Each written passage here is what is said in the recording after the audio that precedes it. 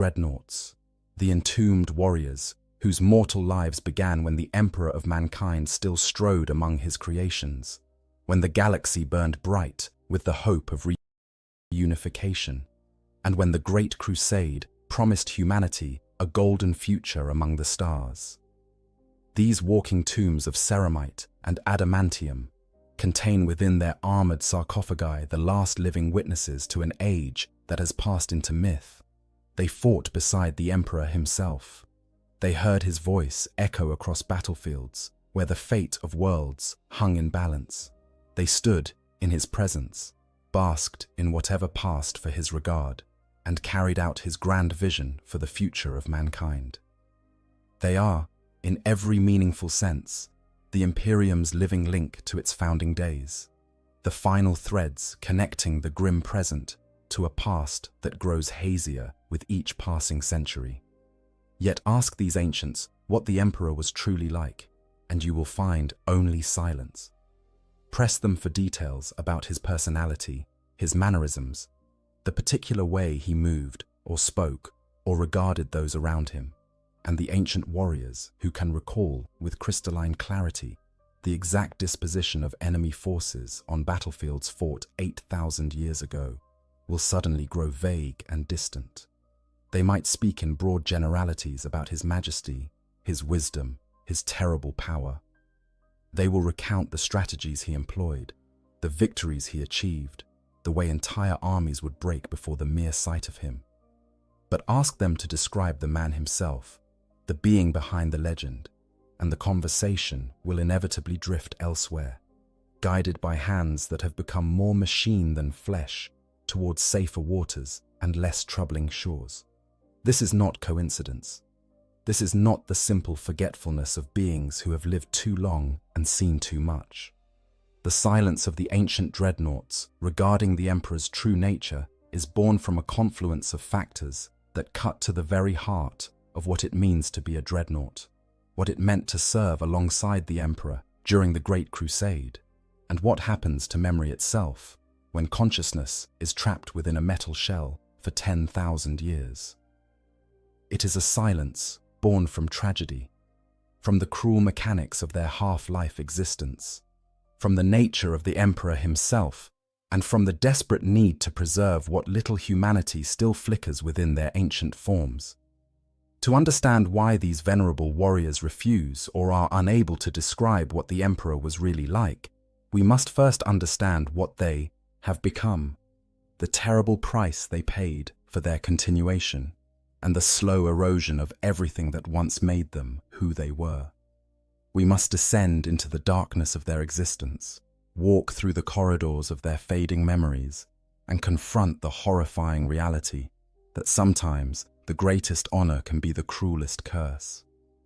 Only then can we comprehend why the Imperium's most precious living, links to its founding age, guard their silence as fiercely as they guard the battle standards of their chapters, and why perhaps that silence is the kindest mercy they can offer to a galaxy that desperately needs them to remember what they are so desperately trying to forget. The walking tombs. Understanding what a dreadnought truly is. To comprehend why ancient dreadnoughts cannot or will not speak of the Emperor, one must first understand the nightmarish reality of what they have become. The Imperium speaks of dreadnought interment in terms of honor and continuation, painting it as the ultimate reward for those space marines whose service has been exemplary, whose wounds would otherwise claim their lives. They are told, as their broken bodies are carried from the battlefield, that they will continue to serve, that death need not be the end of their war against the enemies of mankind. The chapter's tech marines and chaplains speak solemnly of the privilege, of joining the ranks of the ancient ones, of becoming living history wrapped in blessed metal and consecrated machinery. But this is propaganda, a necessary fiction to make bearable what is, in truth, one of the most horrifying fates that can befall a space marine. The reality of dreadnought interment is surgical butchery performed on the knife's edge between life and death, a process so traumatic that it can kill through shock alone, even for beings whose bodies have been genetically modified to endure unimaginable punishment. When a space marine's body has been catastrophically damaged, when apothecaries have exhausted every other option for preserving life, when the choice comes down to merciful death or this final, desperate measure, the process of creating a dreadnought begins. The space marine, barely clinging to consciousness, his body a ruin of shattered bone and torn flesh, is prepared for the rites of interment. What remains of his ruined form is stripped away with brutal efficiency. Limbs that can no longer serve are removed. Organs that have failed are extracted. The flesh that once allowed him to feel the wind on his face, the weight of a bolter in his hands, the brotherhood of battle brothers standing shoulder to shoulder in the shield wall, all of this is cut away until what remains is barely recognizable as having once been human. A brain, perhaps a few vital organs floating in nutrient solution, a consciousness screaming in agony as neural connectors are driven directly into grey matter, with a precision that would make even the most skilled chirurgeon's hands shake. The pain of pain. This process defies description. We must remember that these are space marines, beings whose bodies produce pain-suppressing hormones that would render an ordinary human unconscious, whose mental conditioning includes psychoreactive blocks specifically designed to help them endure torture that would break lesser minds. Yet the insertion of neural interface hardware into a still-living brain, the process of hardwiring consciousness itself to machine systems, creates such overwhelming agony that Marines have been known to die from the shock alone. Their hearts, those twin engines that have beaten steady through 100 battles, simply stop. Their brains, unable to process the violation being perpetrated upon them, shut down entirely. Death, in these moments, must seem like mercy. For those who survive the interment, who somehow maintain the spark of consciousness through the surgical horror, what awaits is not truly life, but a pale shadow of it, a half-existence that will stretch across centuries. They wake within their sarcophagus to find themselves forever separated from the world they once knew. Their eyes are gone, replaced by optical sensors that feed data rather than sight. Their ears no longer hear sound as humans understand it, but rather process audio input as information to be catalogued and analyzed. They cannot feel warmth or cold, cannot taste or smell, cannot experience the simple pleasure of breathing air that is not filtered cycling systems and floating in amniotic fluid. The sarcophagus becomes their entire world, a coffin that keeps them alive even as it seals them away from everything that made life worth living. They float in darkness and synthetic fluids, their consciousness tethered to the dreadnought's systems by neural links that never let them forget the machine they have become. Every movement of the dreadnought's massive limbs, every targeting solution calculated, every enemy engaged and destroyed, all of this is experienced not as a warrior wielding weapons, but as a mind that has become the weapon itself. They are no longer space marines who wear armor. They have become living components in a war machine, organic processors running tactical algorithms in shells of blessed metal. But perhaps the cruelest aspect of dreadnought existence is not the initial transformation, but what comes after, the slow psychological degradation that awaits all who are interred. The extended neural interface, with something as massive and complex as a dreadnought, creates immense mental stress on the occupant. Tech priests who maintain these ancient war machines have documented the symptoms: lethargy that makes even simple thought feel like pushing through mud, confusion that makes basic concepts slip away like water through clenched fists, dyschronometria that leaves the interred unable to properly perceive the passage of time, and eventually, for those who survive long enough, the onset of senility that slowly strips away everything that made them who they were. This is why, when not actively deployed in battle, dreadnoughts are placed into stasis sleep, sealed away in vaults deep within their chapter's fortress monastery. But this sleep is no mercy. No rest for warriors who have given everything. It is a half-lucid limbo where memories churn endlessly, where dreams are indistinguishable from nightmares, where the boundaries between past and present dissolve into a churning maelstrom of recollection and horror. Some whisper that the entombed do not truly sleep at all, but exist in a state of constant awareness, screaming into the void of their isolation, while their bodies, such as they are, remain utterly unresponsive. When they are finally awakened for battle, weeks or decades, or even centuries later, the transition is not smooth. Some emerge confused, unable to remember where they are or what they are. Others wake in rage, their minds fractured by the time spent trapped between consciousness and oblivion. Still others simply cannot be awakened at all, their minds having finally retreated so far into themselves that no amount of stimulation can draw them back. And with each awakening, with each battle fought and then returned to the darkness of stasis, memories begin to erode.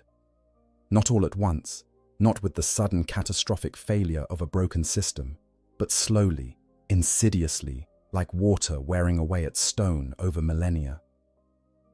The details fade first. The names of battle brothers who fought beside them become vague impressions. The faces of commanders who led them blur into indistinct shapes. Specific battles, once seared into memory with perfect clarity, blend together into a general sense of conflict and violence. The human elements of their existence, the small moments of camaraderie and connection that defined their lives as flesh and blood warriors, these slip away first because the machine has no need of them, no place to store such impractical, unnecessary data.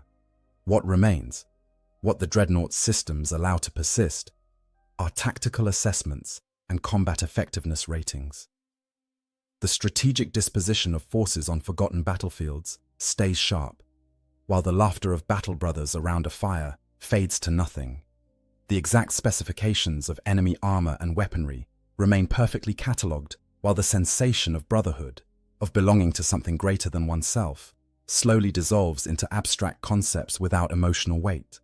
The Dreadnought remembers how to kill with perfect efficiency, while forgetting why killing once mattered, what they were fighting for beyond the simple mechanical fulfillment of assigned objectives.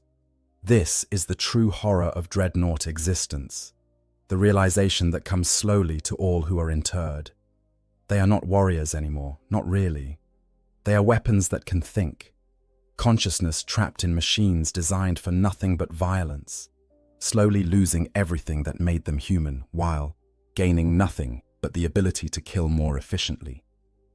And for those ancient enough to remember the Great Crusade, who walked alongside beings that seemed like gods, this slow erosion of self means that their memories of that golden age are not reliable histories, but fragmentary impressions, colored by the trauma of their transformation, warped by 10,000 years of mental degradation, and filtered through systems that were never designed to preserve the subtle nuances of human experience.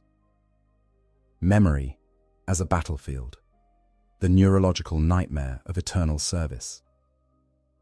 The human brain, even one as enhanced and modified as that of an Adeptus Astartes, was never designed to function for 10,000 years. Evolution shaped our neural architecture for a span of decades, perhaps a century, if fortune smiled and genetics proved favorable.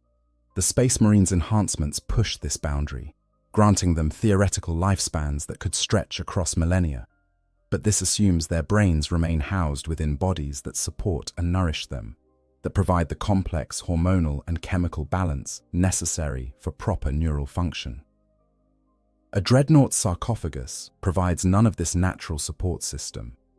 Instead, it offers only the bare minimum required to keep brain tissue alive and firing, to maintain consciousness at levels sufficient to control the war machine's systems, to preserve just enough of the person that once was, to make the Dreadnought more than just an automaton following pre-programmed instructions. This minimal preservation comes at a terrible cost. Without the full biological support system of a living body, the brain within a Dreadnought sarcophagus begins to deteriorate in ways both subtle and profound. neural pathways that are not constantly reinforced begin to degrade. Synaptic connections weaken and fail. The delicate balance of neurotransmitters that governs everything from memory formation to emotional response slowly shifts toward dysfunction. And most critically for our purposes, the mechanisms by which memories are stored, consolidated and retrieved begin to break down in ways that make reliable recall increasingly difficult and eventually impossible. Consider what happens during a single cycle of awakening and re-entombment. The dreadnought is roused from stasis, a process that itself causes significant neurological stress as consciousness struggles to reassert itself after periods of dormancy that might span decades or centuries.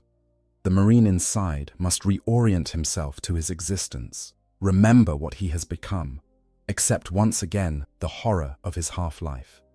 Then comes deployment, hours or days or weeks of combat, where the neural interface operates at maximum capacity, flooding the brain with tactical data, targeting solutions, threat assessments, and damage reports. The amount of information processing required is staggering, far beyond what any flesh and blood warrior must manage, and all of it channels directly through neural pathways that were never meant to handle such overwhelming data streams. During these periods of active combat, the brain prioritizes immediate tactical information over long-term memory consolidation. Survival requires constant awareness of the battlefield situation, continuous analysis of enemy movements, instantaneous calculation of firing solutions, and optimal positioning. There is no capacity to properly encode the experience into long-term memory, no opportunity for the brain to perform the complex processes that transform experience into stable, accessible recollection. Everything becomes data to be processed and then discarded, relevant for the moment but unnecessary once the immediate threat has passed. The act of fighting, which should create powerful memories through the combination of intense emotion and physical experience, instead becomes just another task, completed and then forgotten like so many others. Then, when battle is done and the dreadnought is returned to stasis, the brain is given no opportunity for the natural memory consolidation that occurs during normal sleep. Instead, consciousness is simply shut down, frozen in place without the dream cycles and unconscious processing that allow ordinary minds to sort through experiences, reinforce important memories, and discard irrelevant information. When awakening comes again, possibly after centuries of this frozen state, the brain must somehow make sense of memories that were never properly consolidated in the first place, must try to connect experiences separated by vast gulfs of time, during which nothing existed but darkness and half-aware nightmares. The result is a memory system that becomes increasingly unreliable with each cycle. Early recollections might remain relatively intact, preserved in those first years after interment, when the brain still functioned in something approaching its natural state. But as centuries accumulate, as the number of awakenings and re-entombments grows, the clarity of memory degrades dramatically. Specific details blur into generalities. Sequential events lose their temporal anchoring, becoming jumbled together in ways that make it impossible to say with certainty what happened first or last, or whether they happened at all. Faces become indistinct. Names vanish entirely or become attached to the wrong people, the wrong moments, the wrong contexts. For an ancient dreadnought who remembers the Great Crusade, this degradation is particularly devastating because those memories are not only the oldest, but also the ones that have been subjected to the most cycles of awakening and re-entombment. Every time they have been roused for battle over the past 10 millennia, those ancient memories have been accessed, pulled from storage, examined through the lens of their current diminished state, and then returned to neural pathways that grow less reliable with each passing century. It is like making copies of copies of copies, with each iteration, introducing new errors, new gaps, new uncertainties, until what remains bears only the faintest resemblance to the original experience. Moreover, the trauma of the interment process itself has colored these memories in ways that make them unreliable, even beyond the simple degradation of neural pathways. the overwhelming pain and horror of transformation into a dreadnought, the shock of suddenly finding oneself cut off from all normal sensory experience, the desperate psychological adaptation required to accept this new existence. All of this creates a lens of trauma through which all subsequent memories must pass. Psychologists have long understood that traumatic experiences fundamentally alter how memories are encoded and retrieved. The brain, in its attempt to protect itself from overwhelming distress, can fragment memories, suppress certain details while amplifying others, or even create false memories that are more bearable than the truth. An ancient dreadnought's recollections of the Great Crusade are therefore not simple recordings of events as they occurred, but rather reconstructions filtered through millennia of trauma, degradation, and the inhuman perspective of a being that has become more machine than man.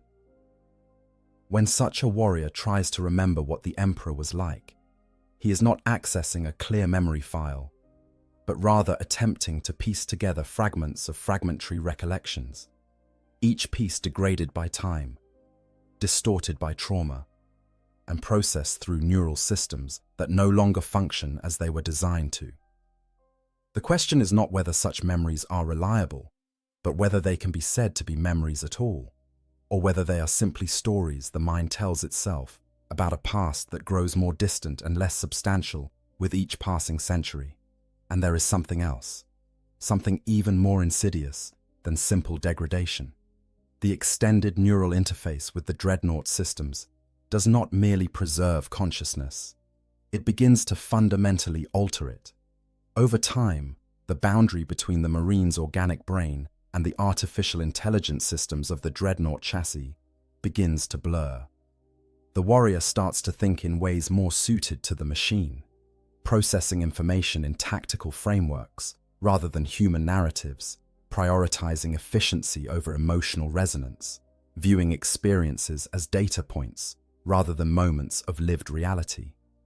This is not a conscious choice, but an inevitable result of spending centuries hardwired directly into systems that were never designed to accommodate human consciousness in the first place. For the eldest dreadnoughts, those who have endured since the heresy or even before, this blurring has progressed to the point where they can no longer be certain which thoughts are their own and which are simply the machine's logic running through what remains of their organic neural tissue. When they try to access memories of the Emperor, they cannot be sure whether they are remembering their actual experiences or whether they are simply running through tactical assessments and historical data that have been fed into their systems by others. The very act of trying to remember becomes an exercise in uncertainty, in questioning whether anything they think they recall can be trusted, or whether it is all just the machine's approximation of what a memory might be, processed through systems that have no understanding of human experience and no capacity for genuine recollection. This uncertainty, this growing inability to trust one's own memories, is perhaps the cruelest aspect of a dreadnought's existence. They have been preserved specifically because they carry within them the history of their chapters, the accumulated wisdom of centuries of warfare, the living connection to their founding and their primarchs and the Emperor himself. Yet the very mechanisms that preserve their consciousness also make it impossible for them to fulfill this purpose with any real confidence.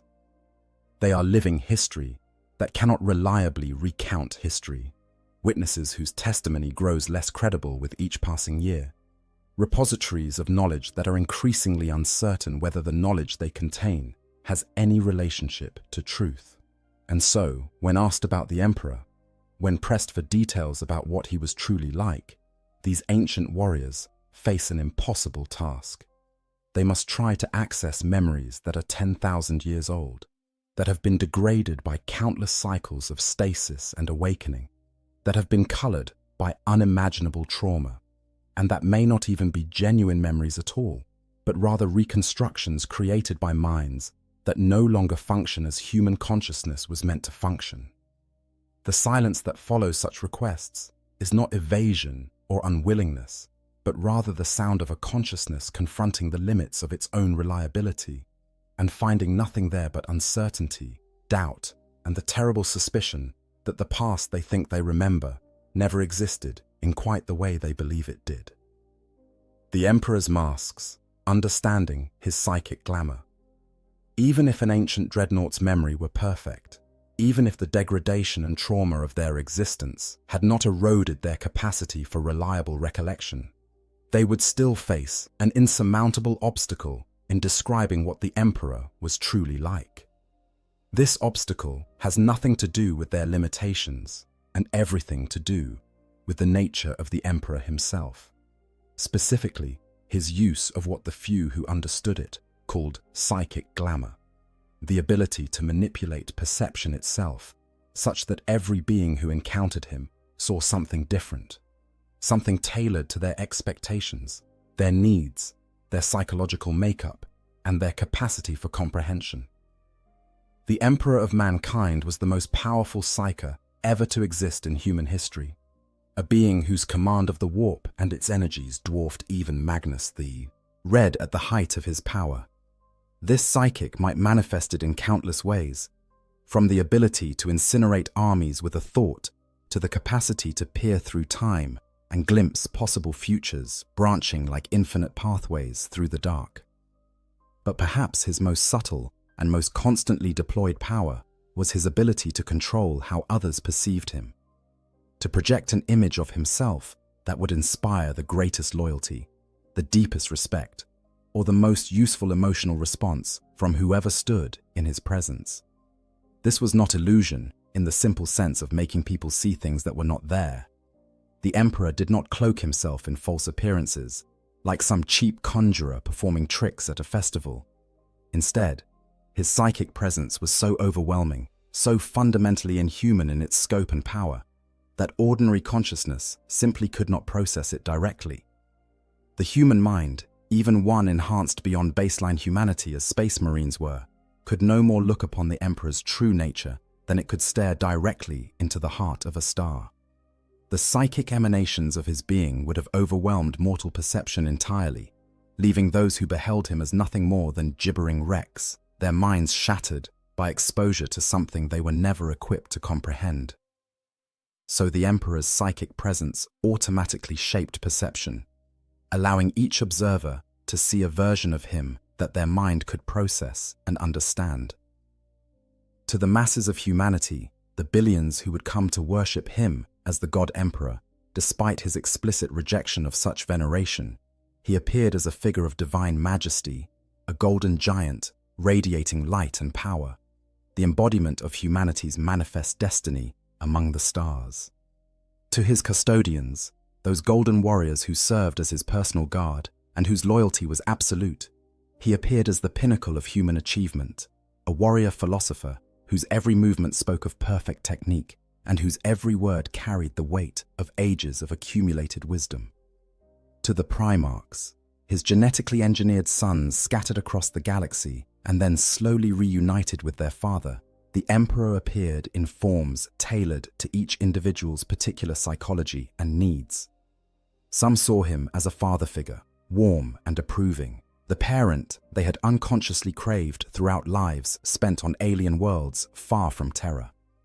Others saw him as a commander, a general whose tactical acumen and strategic vision demanded respect and obedience. Still others saw him as something more abstract, a force of nature or a manifestation of pure will, something to be studied and understood rather than simply followed. The evidence for this appears throughout the historical records of the Great Crusade, though it is scattered and fragmentary, with chroniclers often failing to note the discrepancies because they assumed everyone saw what they saw. In the novel Deliverance Lost, the Primarch Corax experiences a moment of profound revelation when he looks upon the Emperor and suddenly perceives two overlapping images. First, the expected golden giant radiating power and majesty, but then, glimpsed through that facade, like seeing through a veil, a much more ordinary figure, a man whose appearance was notable primarily for how unremarkable it was. The implication is clear. The magnificent being that inspired such awe was a projection, a psychic construct designed to invoke specific responses, while the true emperor, the actual physical and spiritual entity beneath the glamour, was something that could pass unremarked through a crowd of ordinary humans. Similar accounts appear in other sources. In The Last Church, a short story detailing the emperor's final conversation with the last priest on Terra before the conquest of the planet was complete, he appears as an ordinary man in practical clothing, someone who could be taken for a scholar or a philosopher rather than the master of mankind. In tales of his meetings with various primarchs, he appears differently to each. To Mortarion as a figure whose presence spoke of both divine authority and earthly pragmatism, to Vulcan as a smith whose skill transcended mortal capability, to Lemon Russ as a warrior king, whose bearing and manner resonated with the savage nobility of Fenrisian culture. Only those with no presence in the warp at all, the pariahs and blanks whose souls were voids in the psychic realm, could see through the glamour to whatever lay beneath. The Sisters of Silence, that order of blank warriors who served as the Emperor's ultimate weapon against psychers and demons, reportedly saw him as he truly was, unadorned by any psychic projection. But even they left no clear records of what that true appearance might have been, either because they were sworn to secrecy or because what they saw was so at odds with everyone else's experience that they had no language to adequately describe it. This has profound implications for any attempt by a space marine, even one who stood in the Emperor's presence during the Great Crusade, to provide an accurate description of him. What they remember seeing is not what he actually looked like, but rather what his psychic presence caused them to perceive. A perception shaped by their own psychology, their conditioning, their role within the Imperial war machine, and their capacity for processing the overwhelming reality of his power. Two space marines, standing side by side, might have looked at the Emperor and seen entirely different beings, yet neither would have been wrong, because both were seeing equally valid projections of a consciousness that existed on a level far beyond normal human experience. For a dreadnought trying to access memories of the Emperor from 10,000 years ago, this presents an impossible challenge. Not only must they try to recall memories that have been degraded by time and trauma, but they must try to remember something that was never really there in the first place, or rather, was there in a form specifically tailored to their perception at that moment in time. The Emperor they remember might bear little resemblance to the Emperor that another warrior remembers, and both might be equally distant from whatever the truth might be. Even worse, as their consciousness has been altered by millennia of existence as a dreadnought, the psychological framework that originally shaped their perception of the Emperor has changed dramatically. They are no longer the warrior who stood in his presence all those centuries ago. They have become something else, something neither fully human nor fully machine, and they can no longer be certain whether their memories reflect what they actually experienced, or whether they are projections of their current diminished state, trying to make sense of experiences their original self understood in ways that are no longer accessible. Moreover, the Emperor's use of psychic glamour means that any description an ancient dreadnought might offer would necessarily be incomplete and misleading. If they describe him as they remember seeing him, they are not describing the Emperor himself, but rather the projection he chose to show them. The image he calculated would produce the desired response in a space marine of their chapter and temperament and role. To claim this projection as truth would be to participate in a kind of historical fraud, to present a tailored appearance as objective reality, to mistake the mask for the face beneath. The ancient warriors understand this, at least on some level. They understand that what they remember seeing is not reliable testimony about the Emperor's true nature, personality, or appearance. They understand that any description they might offer would be partial, incomplete, and potentially contradictory to what other witnesses might report. And so they remain silent, or they speak only in the broadest generalities, describing not what the Emperor was, but rather what he represented, what his presence felt like, what his impact on history has been. These are statements that can be made without claiming specific knowledge of his appearance or personality, without pretending that their degraded, traumatized, and fundamentally uncertain memories constitute reliable historical evidence. The silence of the ancient dreadnoughts regarding the emperor's appearance is therefore not just a product of their own limitations, but also an acknowledgement of his nature. To describe him would require making claims that they know to be unreliable, presenting perceptions as facts, offering testimony about something that was specifically designed to defy accurate description.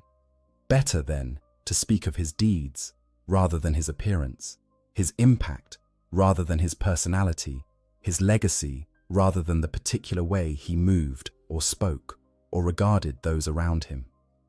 These are statements that can be made with confidence because they are objectively verifiable, recorded in the history of the Great Crusade and the Imperium he founded. The rest, the specific details of appearance and manner and personality, these are lost not just to time and trauma, but to the fundamental impossibility of perceiving a being who existed on a level beyond normal human consciousness, who shaped perception itself to serve his purposes, and whose true nature may never have been accessible to anyone, not even those who served him most closely. Bjorn the Fell-Handed, the eldest, and his fading recollections. Among all the ancient dreadnoughts who still serve in the 41st millennium, one stands alone as the most ancient, the most revered, and potentially the most tragic. Bjorn the Fell-Handed of the Space Wolves is the last surviving space marine who can credibly claim to have fought during the Horus Heresy itself, to have served directly under his Primarch Leman Russ, and to have walked in the Emperor's presence during the Golden Age of the Great Crusade. He is more than 10,000 years old, having been interred in his dreadnought chassis sometime after the heresy concluded, and his Primarch departed on his mysterious final journey into the Eye of Terror. For 10 millennia, Bjorn has endured, waking periodically when the Space Wolves need his wisdom, or when the Fang itself stands threatened, then returning to the darkness of stasis to wait out the centuries until he is needed again. Bjorn represents the ultimate example of what we have been discussing, a consciousness that has endured far beyond any reasonable lifespan, that has been subjected to countless cycles of awakening and re-entombment, that has witnessed the slow decline of the Imperium from its heights during the Great Crusade to its desperate situation in the 41st millennium, and that carries within its failing neural pathways the last living memories of an age that has passed into legend. If anyone could describe what the Emperor was truly like, if anyone could provide reliable testimony about his appearance, his personality, his manner of speaking and moving and regarding his servants, it should be Bjorn. Yet even this most ancient of ancients, this living relic of a bygone age, offers only frustratingly vague and general descriptions when asked about the Emperor, speaking of him in terms of impression and impact rather than specific recollection. The accounts we have of Bjorn's memories, fragmentary though they are, paint a picture of a consciousness in decline, a mind that recognizes its own degradation and struggles desperately to preserve what little remains of its connection to the past. In some tales, Bjorn is depicted as relatively lucid, capable of engaging in conversation and strategic planning, his ancient wisdom still valuable despite the millennia that have passed since he last walked as a flesh and blood warrior. In these moments, he speaks of the Emperor with reverence but remarkable vagueness, describing him as one might describe a force of nature or a concept rather than a person. He mentions the Emperor's power, his strategic genius, his terrible purpose, but offers no details about his appearance beyond the broadest generalities. In other accounts, particularly those dealing with his earliest awakenings after interment, Bjorn is characterized as angry and bitter, resentful of his transformation into a dreadnought, and mourning all that he has lost. During these periods, his memories of the past are colored by this bitterness, by the sense that everything he fought for has been twisted and corrupted in the millennia since he last walked beneath open skies. He speaks of the Emperor not with reverence, but with a kind of hollow disappointment, suggesting that whatever grand vision he might have had for humanity has failed to materialize, that the Imperium of the 41st millennium bears little resemblance to the dream they fought for during the Great Crusade. But perhaps most telling are the accounts that describe Bjorn's memory as actively deteriorating, fading with each passing century, despite the Space Wolves' careful efforts to preserve their eldest warrior for as long as possible.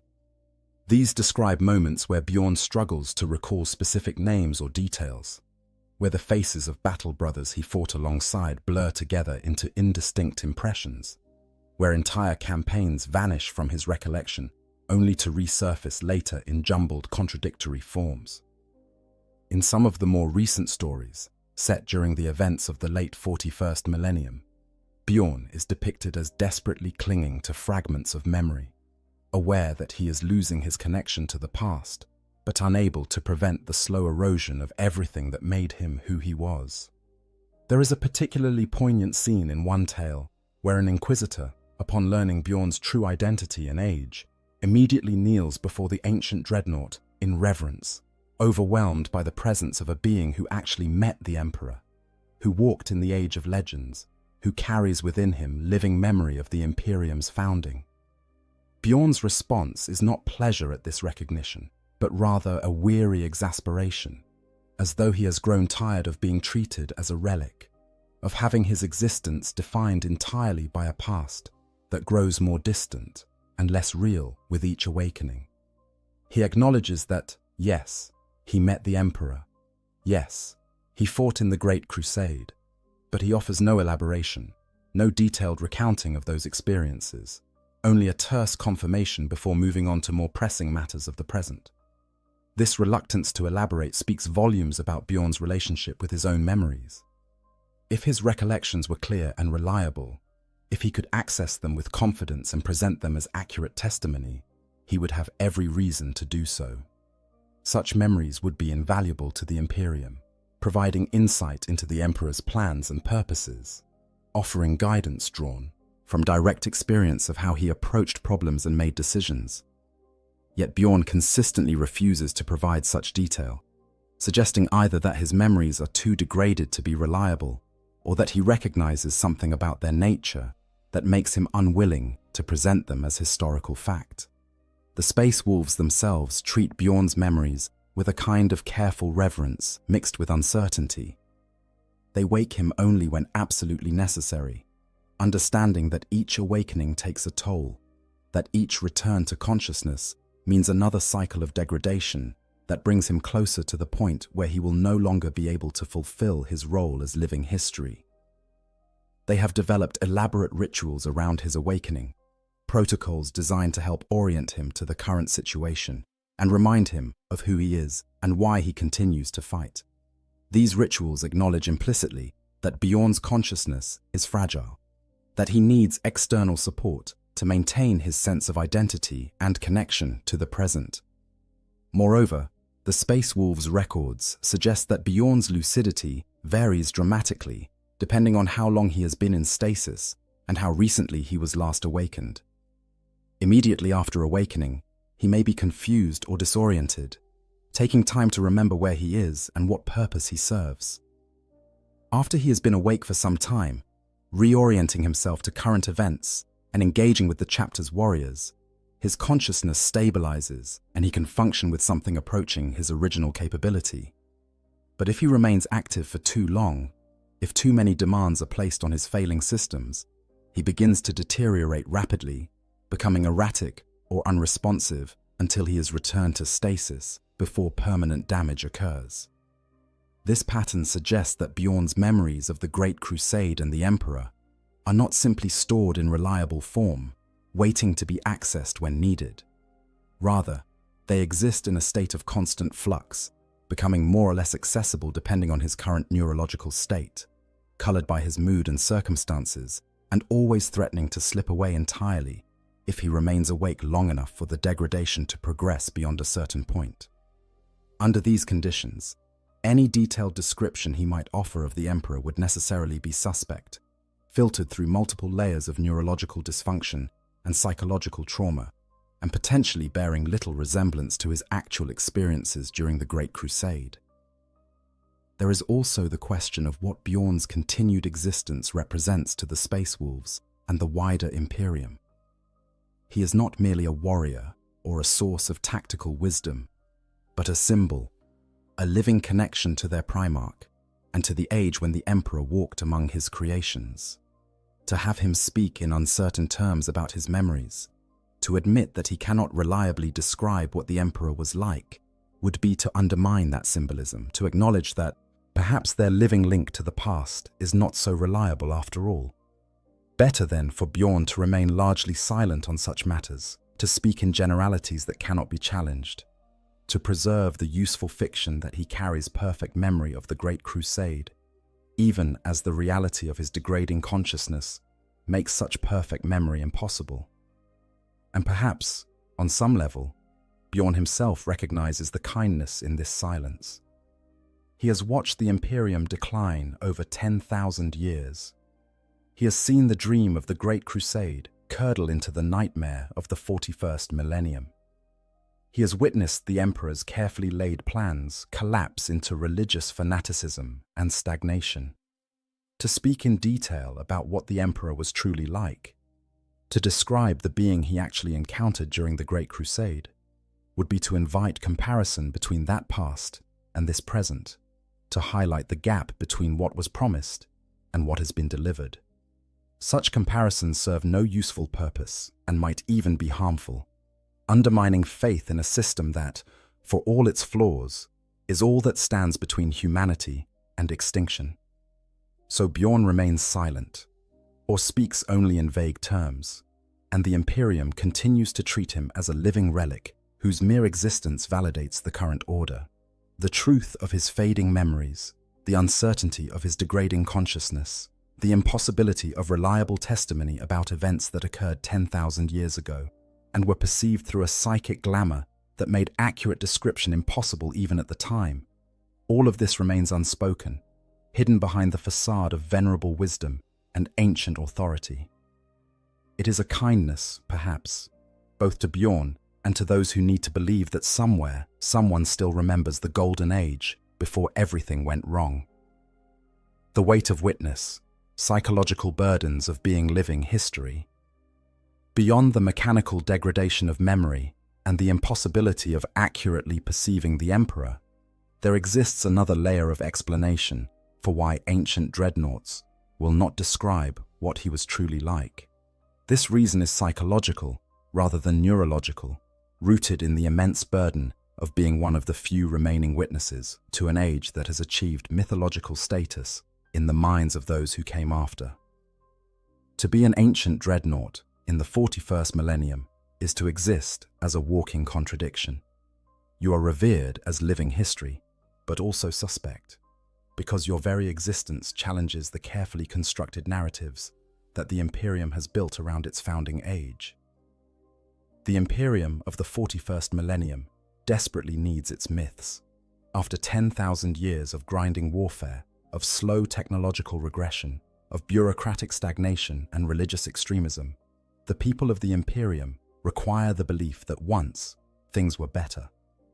They need to believe that during the Great Crusade and before the Horus Heresy, the Emperor walked among his people and guided humanity toward a golden future.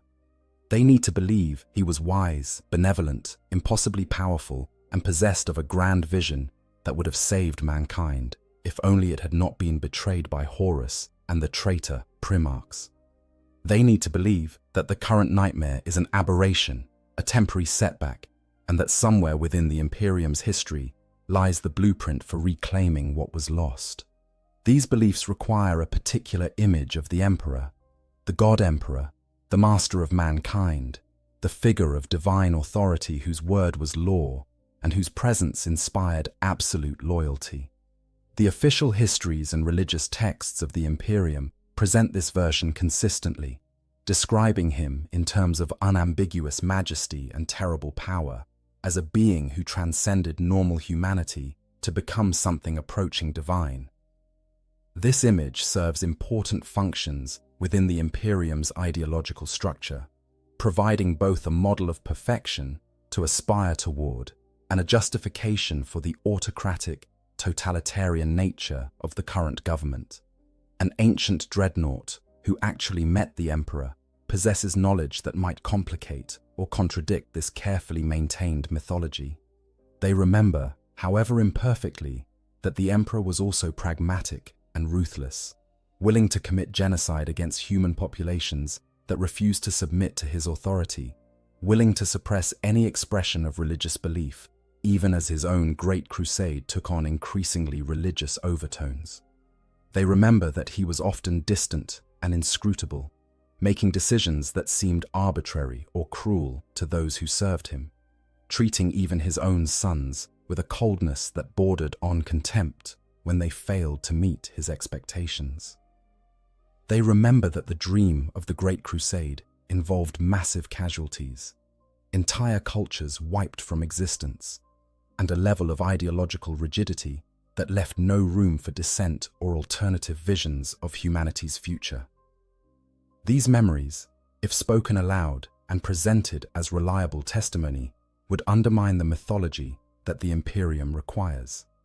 They would humanize the emperor in ways that make his divinity questionable. They would reveal that the Golden Age was perhaps not so golden after all, that the dream of the Great Crusade involved nightmare elements from its inception, that perhaps the current state of the Imperium is not a tragic deviation from his plans, but rather their natural conclusion. Such revelations would be devastating to imperial morale and potentially heretical under the doctrines of the ecclesiarchy, which has spent millennia constructing an elaborate theology around the emperor's divinity. The ancient dreadnoughts understand this danger. They have watched over centuries or millennia as the Imperium has transformed from a secular, atheistic empire into a theocratic nightmare where the emperor is worshipped as a god, despite his explicit rejection of such veneration during his lifetime. They have seen how this religious fervor, however misguided it might be from the perspective of the emperor's original intentions, provides essential psychological sustenance to populations living in unbearable conditions. The belief that they suffer for a divine purpose, that their sacrifices matter to a God who watches over them, is often all that prevents complete social collapse and despair. To undermine that belief by presenting a more nuanced, complicated, and human version of the emperor would be to destroy one of the few things keeping the Imperium functional. There is also the question of self-preservation. The Inquisition and the ecclesiarchy are extremely powerful institutions within the Imperium, and both have vested interests in maintaining the current theological orthodoxy regarding the emperor's nature. An ancient dreadnought, who began speaking about the emperor in ways that contradicted official doctrine, who suggested that perhaps he was not quite the divine being the Imperium worships, would find themselves in grave danger. Even their status as venerable warriors and chapter relics might not protect them from charges of heresy, from demands that they be subjected to mind cleansing or simply destroyed to prevent the spread of dangerous ideas. Moreover, the ancient dreadnoughts themselves are not immune to doubt about their own memories and perceptions. They have existed long enough to understand how unreliable memory can be, how easily recollections can be colored by subsequent events and changing perspectives. They remember the Great Crusade and the Emperor, but they also remember everything that came after: the heresy, the scouring, 10,000 years of decline and degradation. How can they be certain that their memories of the Emperor are accurate when those memories have been filtered through so many subsequent experiences, when their understanding of events has been fundamentally altered by knowing how the story ends? This uncertainty creates a kind of paralysis. To speak with confidence about what the Emperor was like would require claiming reliability that they cannot honestly assert. Yet, to speak hesitantly, to express doubt about their own memories, would undermine their value as witnesses and potentially invite exactly the kind of scrutiny they wish to avoid. Better, then, to remain silent on specific details, to speak only in generalities that cannot be challenged, to preserve their position as living relics, without making claims that might expose them to accusations of heresy or raise uncomfortable questions about the foundations of imperial mythology. There is also a profound loneliness in being one of the last witnesses to an age that no one else can truly understand. The ancient dreadnoughts exist in a kind of temporal isolation, separated not just by their physical entombment, but by the vast gulf of years that divides them from their battle brothers and the wider Imperium. When they speak of the Great Crusade, they speak of experiences that no one listening has shared, of a world that exists only in memory and legend, of beings who have passed into myth. This isolation makes genuine communication difficult, because there is no common frame of reference, no shared context that would allow them to adequately convey what their experiences meant, or what the Emperor's presence felt like to those who stood in it. How does one describe the sensation of standing in the presence of the most powerful psyker who ever lived, when the person you are speaking to has never encountered anyone even remotely approaching that level of power? How do you convey the overwhelming sense of purpose and destiny that characterized the early Great Crusade, when your audience lives in an age where such grand visions have been replaced by grim pragmatism and desperate survival? How do you explain what it meant to believe in the Emperor's vision of a secular, rational human empire when your listeners live in a theocracy built around worshipping him as a god? The experiences of the ancient dreadnoughts are so far removed from the reality of the 41st millennium that they lack the language to make them comprehensible to those who did not share them. This communication barrier reinforces the tendency towards silence. If speaking cannot adequately convey the truth of their experiences anyway, if any description they offer will necessarily be misunderstood or reinterpreted through the lens of current imperial ideology, then perhaps it is better not to try. Better to let the myths remain unchallenged, to allow the Imperium to maintain its beliefs about the Emperor and the Great Crusade, to preserve the illusion that somewhere in the past there was a golden age worth fighting to reclaim. The truth, such as it is, would serve no useful purpose and might cause active harm. Finally, there is the question of dignity. The ancient dreadnoughts have given everything in service to the Emperor and the Imperium.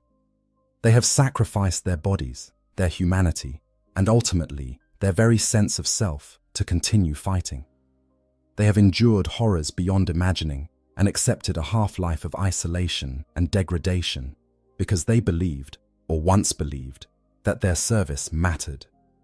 To admit now that their memories are unreliable, that they cannot provide the historical testimony that is supposedly their primary remaining value, would be to acknowledge that perhaps their sacrifice was not worth what it cost, that they have endured centuries or millennia of suffering to preserve knowledge that they cannot reliably access or communicate.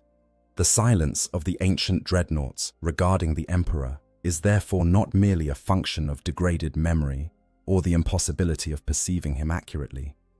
It is also a choice, a recognition that speaking would serve no useful purpose and might cause active harm, that their role is to be symbols rather than historians, to represent continuity with the past rather than to critically examine it.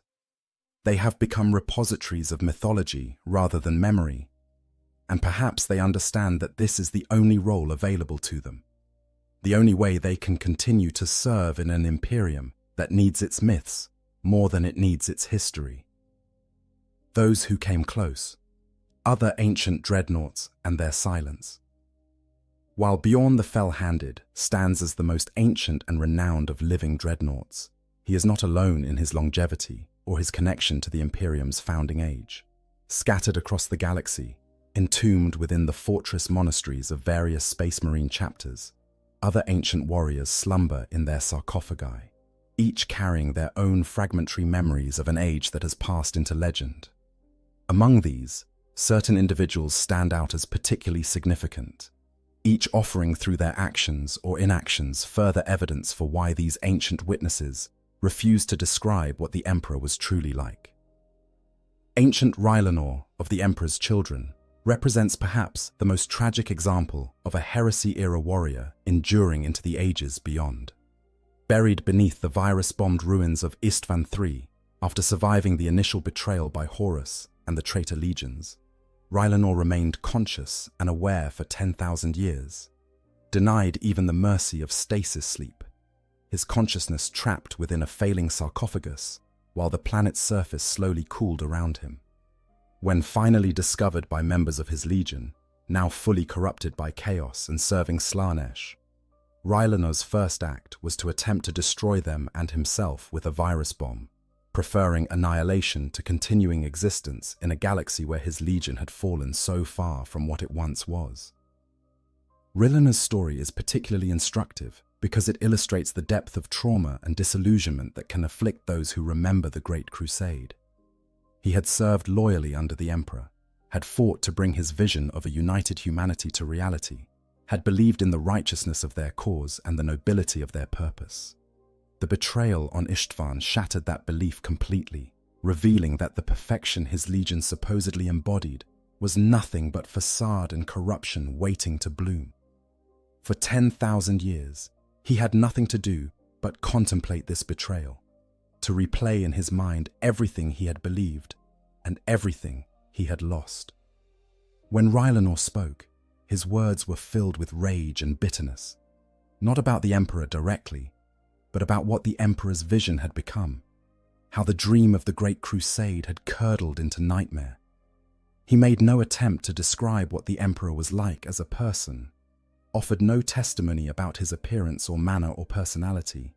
Instead, he spoke only of duty and honor, of what the Emperor's children were supposed to be and what they had become.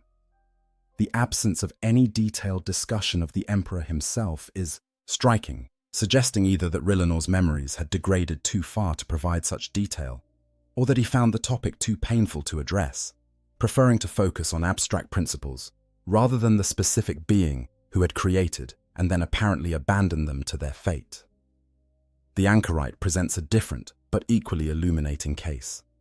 A word-bearer who turned against his legion during the Battle of Calth, recognizing the futility and evil of their assault on the Ultramarines, he surrendered to Guilliman and was surprisingly spared execution.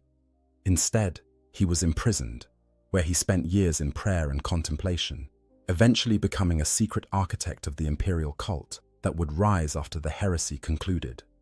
Severely wounded in a suicide attempt born from overwhelming guilt about his legion's betrayal, he was interred in a Contemptor dreadnought to preserve his life and continued to secretly influence the development of imperial theology for centuries after. The anchorite's relationship with memory of the Emperor is complex and fraught with contradiction. As a word-bearer, he had been part of the legion that initially spread worship of the Emperor as a god, only to be brutally rebuked when the Emperor ordered the destruction of Monarchia, the perfect city the word-bearers had built in his honor. This rebuke, this rejection of the very worship that the word-bearers believed was his due, was a primary catalyst for their fall to chaos under Lorgar's leadership. The anchorite rejected this fall, recognizing it as the bitter overreaction of a son who could not accept his father's discipline. But this recognition did not restore his faith in the Emperor as a person. Instead, the anchorite came to believe that the Emperor was indeed divine, not because of his power or his achievements, but because divinity was what humanity needed him to be. This is a fascinating theological position because it acknowledges the Emperor's rejection of godhood while simultaneously arguing that such rejection was itself part of his divine plan, that his refusal to be worshipped was a test of faith that humanity failed but could eventually pass by embracing worship anyway. The anchorite never attempts to describe what the Emperor was like in any personal sense, focusing instead entirely on theological interpretation of his actions and their consequences. This theological focus allows the anchorite to avoid the problem of unreliable memory, while still claiming authority based on his proximity to the events of the Great Crusade and heresy. He does not need to remember specific details about the Emperor's appearance or personality, because his argument is not historical, but theological. The Emperor's true nature is irrelevant to the anchorite's theology. What matters is the effect his existence has on humanity's collective consciousness, the way his image shapes human destiny, regardless of what he actually was or wanted to be. This is perhaps the most sophisticated form of silence regarding the Emperor, one that acknowledges the impossibility of truly knowing him, while claiming that such knowledge is unnecessary for faith. Other ancient dreadnoughts from the heresy era exist scattered throughout the lore, each with their own fragmentary appearances and stories.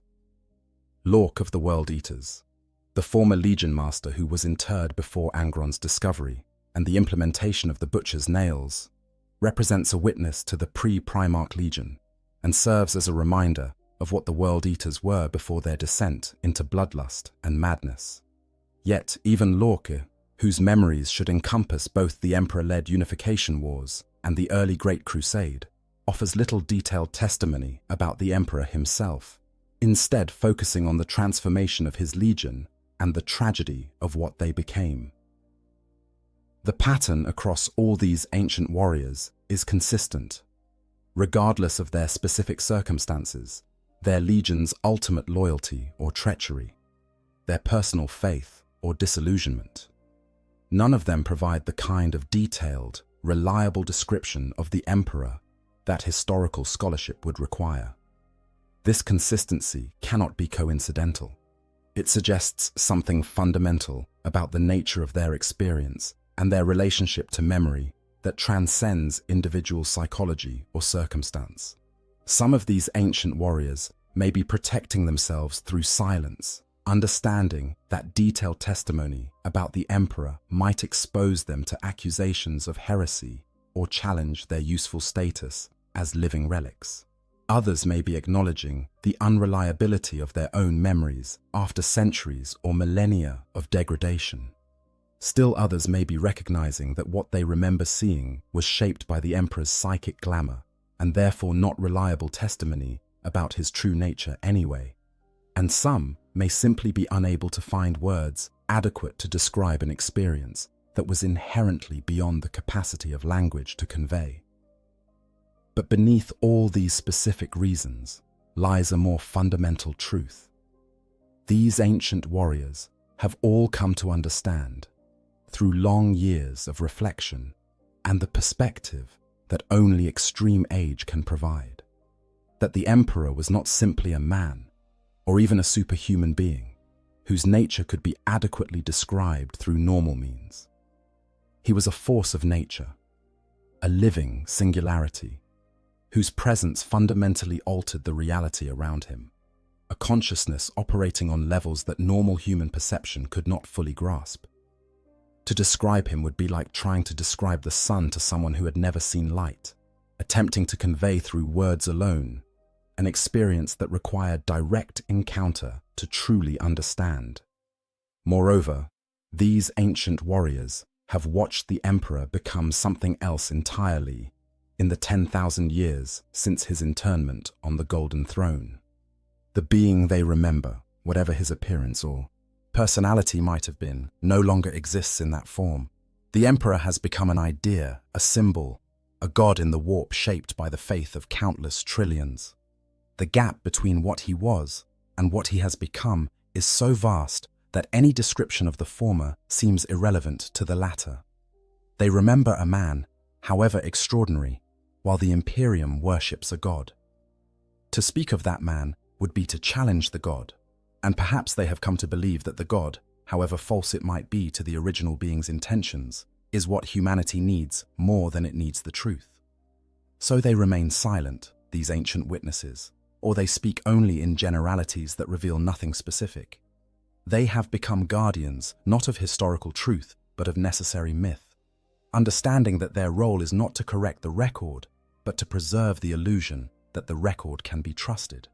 They are living lies in service to a greater truth, that humanity requires belief in something beyond itself, something perfect and powerful and ultimately benevolent, even if that something never truly existed in the form that current belief imagines. Their silence is not failure, but rather the final service they can offer, the last gift they can give to an Imperium that desperately needs to believe in the golden age that never quite was. The descent into machine logic, how dreadnoughts stop thinking like men. Beyond all the factors we have already discussed, there exists perhaps the most fundamental and terrifying reason why ancient dreadnoughts cannot reliably describe what the Emperor was like. This reason has nothing to do with memory degradation, psychic glamour, or the psychological burden of being living history. Instead, it concerns the fundamental nature of consciousness itself, and what happens when a human mind is hardwired directly into machine systems for thousands of years. The ancient dreadnoughts have not simply forgotten what the Emperor was like. They have lost the capacity to think and perceive in ways that would make such description possible. They have, over the millennia, become something neither fully human nor fully machine, but rather an uncomfortable hybrid that possesses the worst limitations of both. The human mind evolved to process reality through a framework of emotion, narrative, and social connection. We understand the world not as a series of data points to be analyzed, but as a story we are living through, full of characters whose motivations we try to understand, events whose significance we evaluate based on how they make us feel, and experiences that shape our identity through their impact on our emotional landscape. When we remember a person, we do not simply recall their physical appearance or the words they spoke. We remember how we felt in their presence, the quality of the connection we shared with them, the subtle interplay of personality and circumstance that made them unique. Memory is not data storage, but rather meaning-making, the ongoing process through which we construct coherent narratives about ourselves and our relationships. A dreadnought's neural interface fundamentally disrupts this process. By hardwiring consciousness directly into machine systems designed for tactical analysis and threat assessment, it gradually rewires the brain's neural architecture away from human modes of processing and toward machine logic. The dreadnought systems demand constant attention to tactical data, enemy positions, threat assessments, ammunition counts, damage reports, optimal firing solutions, strategic evaluations. The brain, responding to these demands, begins to prioritize these forms of information processing over the emotional and narrative frameworks that characterized human consciousness.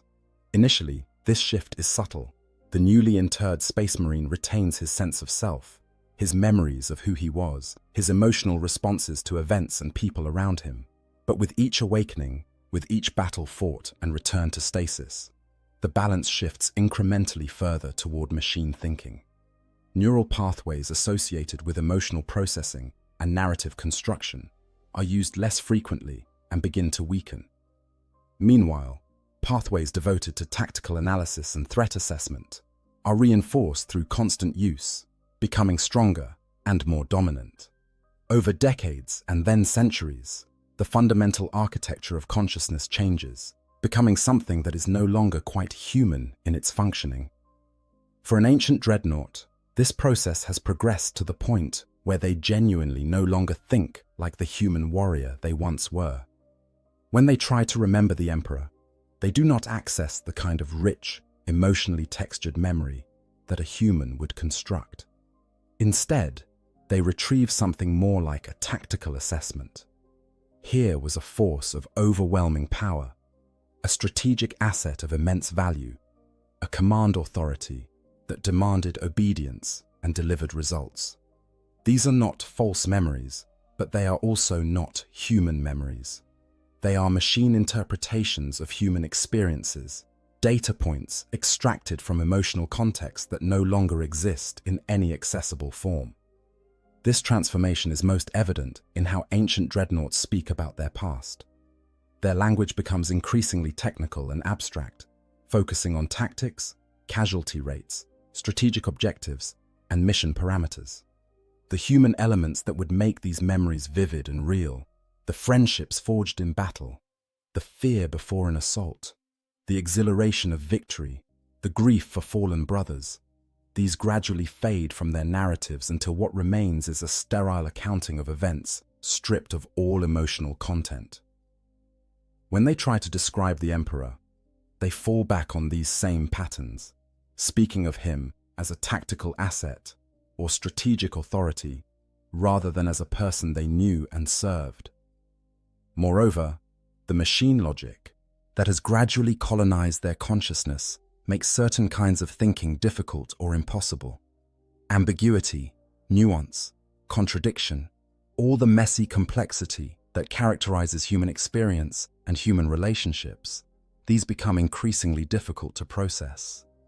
The machine demands clear categories: threat or ally, efficient or inefficient, mission critical or expendable. There is no space in this framework for the subtle interplay of personality traits that make a person unique, no capacity to hold contradictory impressions in tension with each other, no tolerance for the kind of ambiguity that characterized the emperor's nature and his relationship with those who served him. An ancient dreadnought, trying to describe the emperor, must somehow translate an experience of profound emotional and psychological complexity into the limited vocabulary of machine logic. He must take memories that were originally encoded in human terms, rich with feeling and interpersonal nuance, and express them through a consciousness that has become increasingly unable to process such information. The result is inevitably impoverished, stripped of everything that would make the description meaningful, reduced to empty generalities because the specific details that would provide texture and depth simply do not register to a mind that has learned to think like a targeting computer.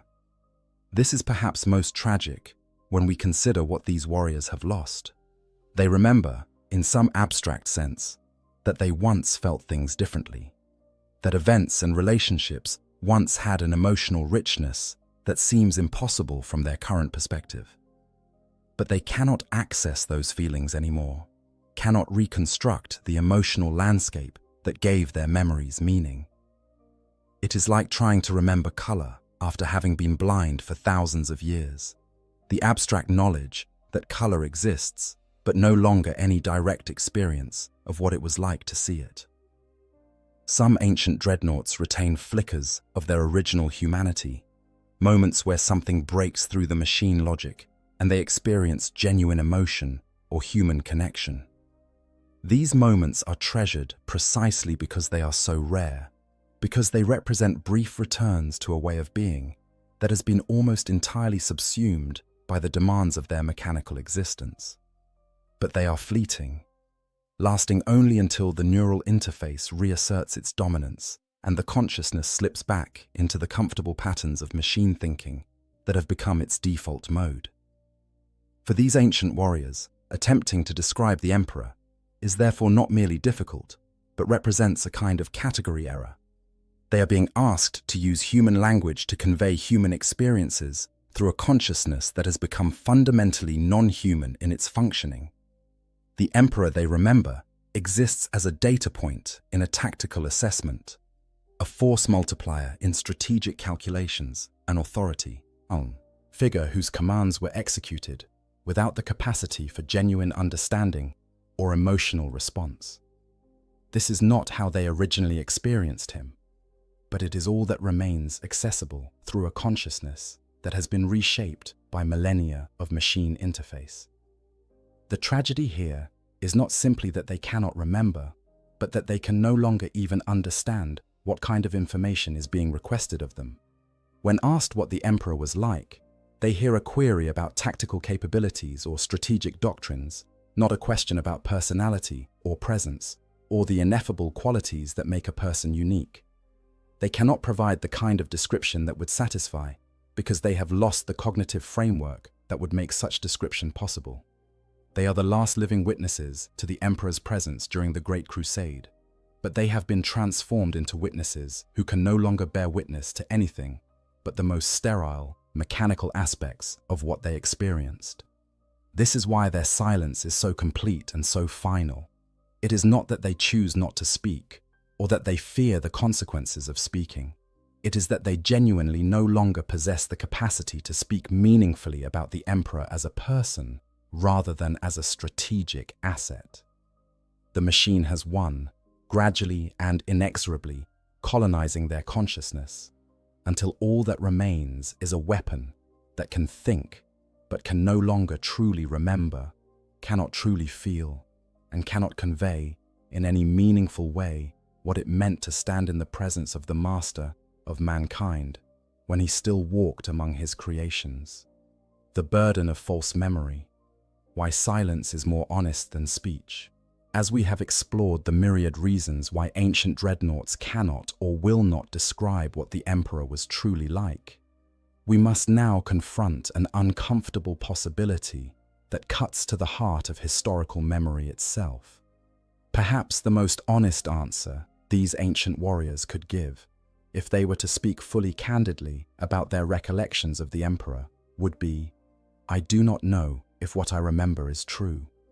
This admission would undermine their entire purpose as living history, would strip away the veneer of authority that their age supposedly grants them, and would force both them and the Imperium to confront the reality that our links to the past are far more fragile and unreliable than we would like to believe.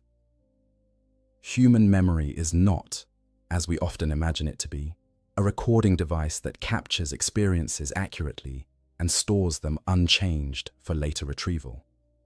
Decades of neuroscience research have demonstrated that memory is fundamentally reconstructive rather than reproductive. Every time we recall an event, we do not simply play back a stored recording, but rather rebuild the memory from fragmentary components, filling in gaps with assumptions, expectations, and information acquired after the original experience. This reconstruction process is heavily influenced by our current emotional state, our present beliefs and attitudes, and our understanding of what happened subsequently. The memory we retrieve is therefore not a faithful copy of the original experience, but rather a contemporary construction that incorporates elements from multiple temporal moments. For an ancient dreadnought, this reconstructive nature of memory becomes catastrophically problematic because their memories of the Great Crusade and the Emperor must be reconstructed through the lens of everything that happened after. They know how the story ends. They know about the Horus heresy, the Emperor's internment on the Golden Throne, 10,000 years of decline and degradation. This knowledge inevitably colors their reconstruction of earlier memories, causing them to interpret the Emperor's actions and words in light of subsequent events, to find foreshadowing or significance in moments that might have seemed ordinary at the time, to impose narrative coherence on experiences that were more ambiguous and uncertain when they occurred. Moreover, the ancient dreadnoughts have been repeatedly exposed to the Imperium's official histories and mythologies about the Great Crusade and the Emperor. Even when held in stasis, they are sometimes awakened to provide counsel or answer questions, exposing them to the contemporary understanding of their past. Over millennia, this exposure means they have encountered countless retellings of events they participated in, each retelling shaped by the theological and political needs of the moment. These retellings cannot help but influence their own memories, introducing elements that may not have been present in the original experience, but which have been incorporated through repeated exposure to later narratives. This creates a situation where an ancient dreadnaught's memory of the Emperor is not simply their own first-hand experience, but rather an amalgamation of that original experience, 10,000 years of subsequent events and their interpretation, exposure to official imperial mythology about the Emperor's nature and purposes, and the reconstructive processes of a consciousness that has been fundamentally altered by machine interface and neural degradation. What they remember might be completely accurate to the original experience, or it might be almost entirely constructed from these later influences, or more likely, it is some unknowable mixture of the two. The honest response to this situation would be to acknowledge the uncertainty, to admit that they cannot distinguish between genuine memory and later construction, to confess that their testimony is unreliable and should not be taken as authoritative historical evidence. But such admission would serve no useful purpose and might cause active harm.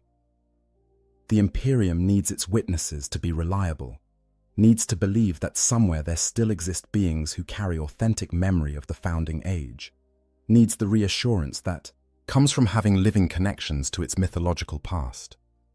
An ancient dreadnought who admitted doubt about their own memories would undermine this need, would force uncomfortable questions about the reliability of all historical testimony, and would ultimately diminish their own value to their chapter and the wider Imperium. They would be transformed from respected ancients whose counsel carries the weight of vast experience into broken relics, whose testimony cannot be trusted. The silence they maintain regarding the Emperor is therefore not just protective of themselves, but protective of the entire structure of historical memory that the Imperium relies upon. There is also a more subtle form of honesty in their silence. By refusing to provide detailed descriptions that they cannot verify, the ancient dreadnoughts are actually displaying intellectual integrity despite the pressure to do otherwise.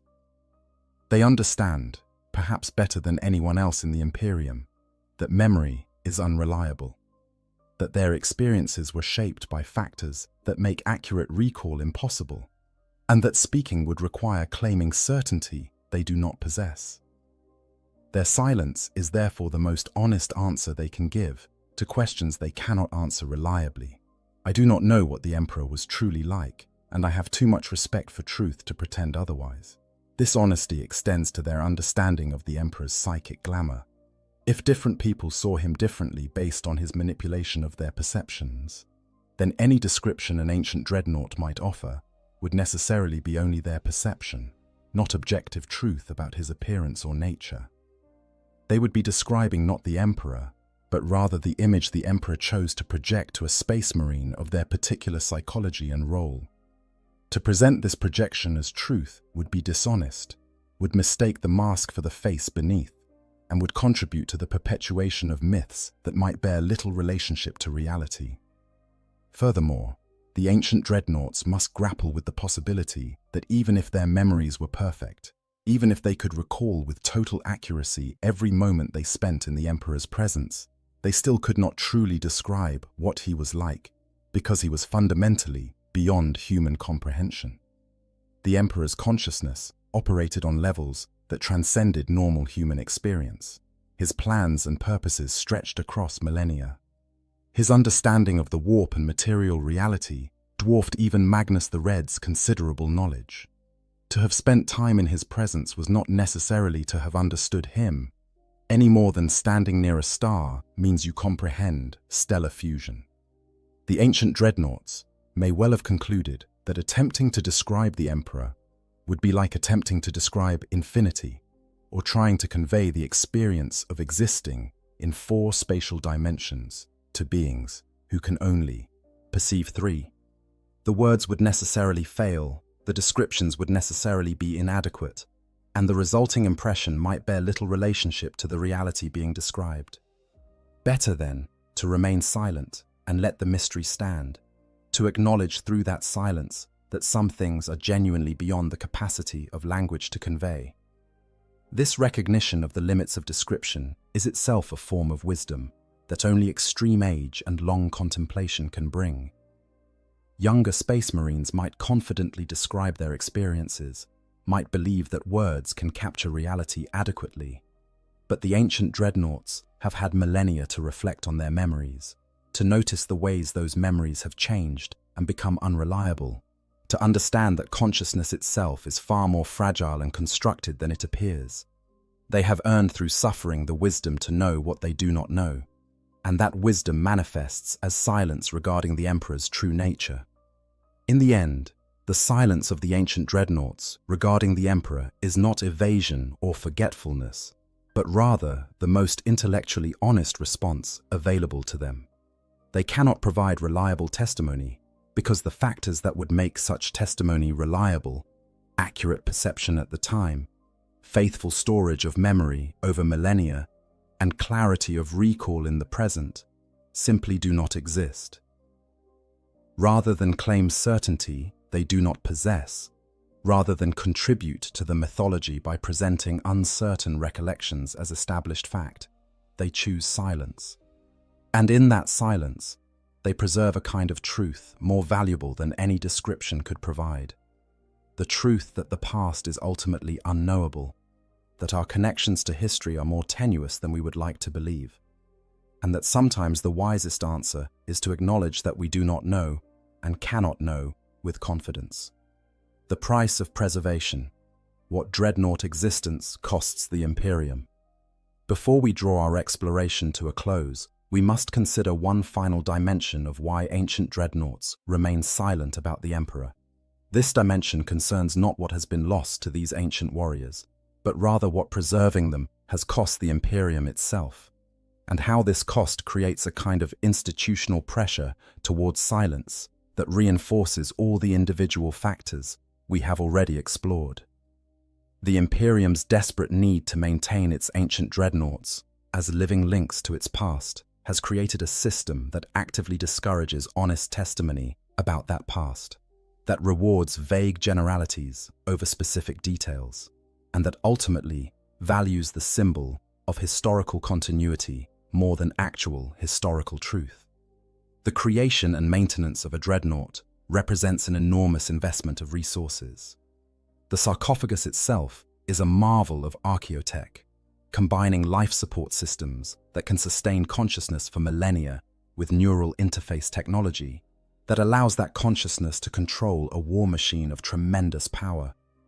Many of the components required for dreadnought construction are no longer fully understood by the Adeptus Mechanicus, meaning they must be salvaged from ancient examples or painstakingly recreated through trial and error. The Contemptor pattern. Dreadnoughts, those that date from the Great Crusade and Heresy eras, are particularly precious because the technology to create new ones has been essentially lost to the Imperium. Each time an ancient dreadnought awakens, it requires the attention of skilled tech priests who must perform elaborate rituals to rouse the machine spirits and ensure that all systems function properly. The awakening process itself is delicate and dangerous, with the constant risk that something will go wrong and the precious consciousness within will be lost forever. Once awakened, the dreadnought must be carefully monitored, with tech priests standing ready to intervene if signs of malfunction appear, or if the occupant shows symptoms of the mental degradation that threatens all who remain active for too long. This level of investment creates powerful incentives to protect the dreadnought's value as an asset. An ancient dreadnought who admits that his memories are unreliable, who confesses doubt about his ability to accurately recall the Great Crusade, who acknowledges that he cannot provide the historical testimony that supposedly justifies his preservation. Such an admission would call into question whether the enormous resources devoted to maintaining him are being well spent. If he cannot serve as living history, if his memories are too degraded or uncertain to be trusted, then perhaps those resources would be better allocated elsewhere to creating new space marines, or maintaining equipment, or supporting any of the countless other demands on the Imperium's stretched capabilities. The institutional pressure, therefore, is for ancient dreadnoughts to maintain the fiction that they possess reliable memory, that their testimony is valuable, that their continued preservation serves an essential function. This pressure does not necessarily take the form of explicit commands or threats. Rather, it is implicit in how they are treated, in the reverence shown to them, in the expectation that they will serve as fonts of wisdom and guidance. To disappoint these expectations, to reveal themselves as broken relics whose primary value is symbolic rather than substantive, would be to betray the trust placed in them and potentially doom themselves to abandonment or even destruction. Moreover, the chapters that house these ancient dreadnoughts have their own reasons for maintaining the fiction of reliable historical memory. A chapter that possesses a dreadnought from the Heresy era gains enormous prestige from this connection to their founding. Other chapters look upon them with respect and perhaps envy. The Inquisition and other imperial institutions treat them with deference. This prestige would be significantly diminished if it became widely known that these ancient witnesses cannot actually provide reliable testimony about the age they supposedly remember. The chapter's leadership therefore has incentive to present their ancient ones as authoritative sources of historical knowledge, regardless of the actual state of those ancient warriors' memories. This creates a conspiracy of silence, though one that is more organic than organized. No one explicitly demands that ancient dreadnoughts lie about their memories or pretend to know things they do not. Instead, there is simply a shared understanding that certain questions should not be pressed too hard, that certain doubts should not be expressed too loudly, that it is better for everyone involved if the ancient warriors maintain their dignified silence, rather than admitting the extent of their uncertainty. The silence regarding the Emperor is therefore not just a personal choice made by individual dreadnoughts, but rather a systemic response to institutional pressures that reward silence and punish honest acknowledgement of limitations. There is also the question of what revealing the full truth about ancient dreadnoughts' mental state would mean for the wider institution of dreadnought interment. Currently, Space Marines who are catastrophically wounded are told that interment in a dreadnought represents the highest honor, that they will continue to serve their chapter and their emperor for centuries to come, that their wisdom and experience will guide future generations. This narrative makes the horror of interment bearable by framing it as continuation rather than ending, as elevation rather than diminishment. But if it became widely known that dreadnought existence leads inevitably to mental degradation, to the slow erosion of memory and personality, to the eventual transformation into something neither human nor machine, but rather a weapon that can think but cannot truly remember or feel, this narrative would become much harder to maintain. Space Marines facing interment might resist or request the mercy of death instead. Chapters might find it increasingly difficult to convince their wounded warriors that this fate is preferable to simply allowing them to die with dignity and have their gene seed harvested for the next generation. The silence of ancient dreadnoughts about their true mental state, their unwillingness to speak clearly about how unreliable their memories have become, therefore serves to preserve the institution of dreadnought interment itself. They protect future generations of Space Marines from fully understanding what they are accepting when they agree to be interred, allowing the chapter to continue extracting service from its most grievously wounded warriors, rather than granting them the peace of death. This is a grim calculus, but it is one that the Imperium's desperate circumstances arguably require. Resources are too scarce, enemies too numerous for the luxury of allowing experienced warriors to simply die when technology exists to preserve them in some form. Furthermore, the ancient dreadnoughts themselves may feel obligated to maintain the fiction for the sake of younger warriors who have been more recently interred. These newly created dreadnoughts look to the ancient ones as examples of what they themselves might become, as proof that consciousness can persist and service can continue despite the horror of transformation.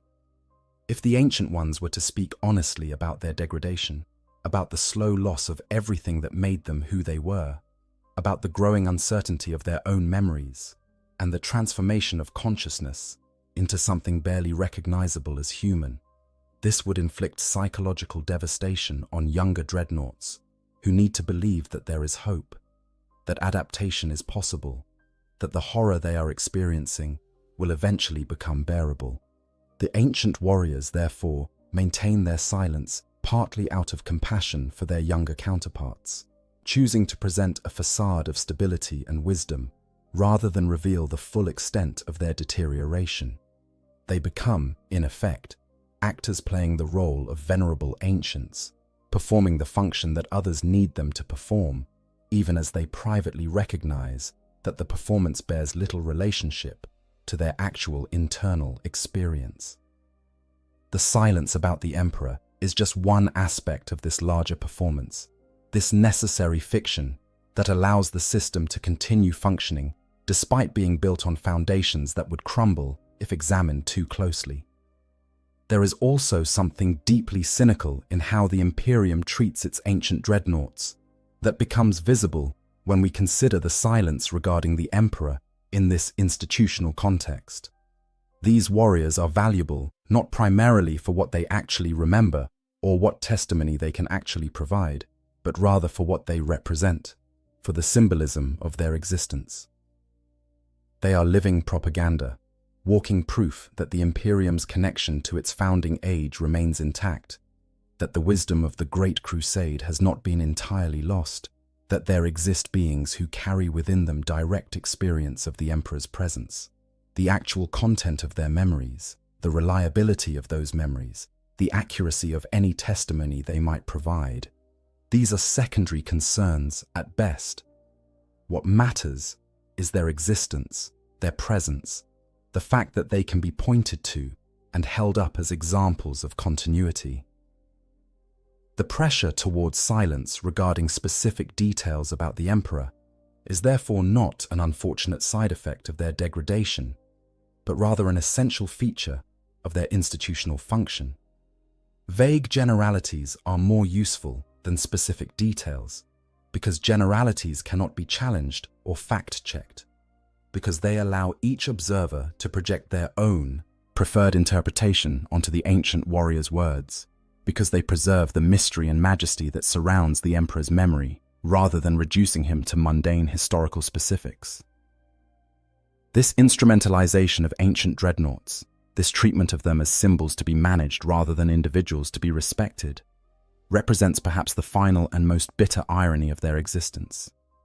They sacrificed everything to serve the emperor and the imperium, accepting transformation into these mechanical horrors because they believed their service mattered, that their continuation served some essential purpose. Yet the purpose they actually serve has little to do with their genuine capabilities or knowledge, and everything to do with maintaining useful fictions that the Imperium requires to function. They are not really historians or advisors or fonts of wisdom.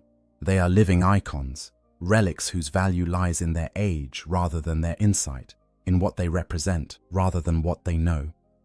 The silence of the ancient dreadnoughts regarding the emperor is therefore embedded in a larger institutional context that actively produces and reinforces that silence. It is not simply that they cannot or will not speak about him, but rather that the system within which they exist creates powerful incentives for silence and disincentives for honesty.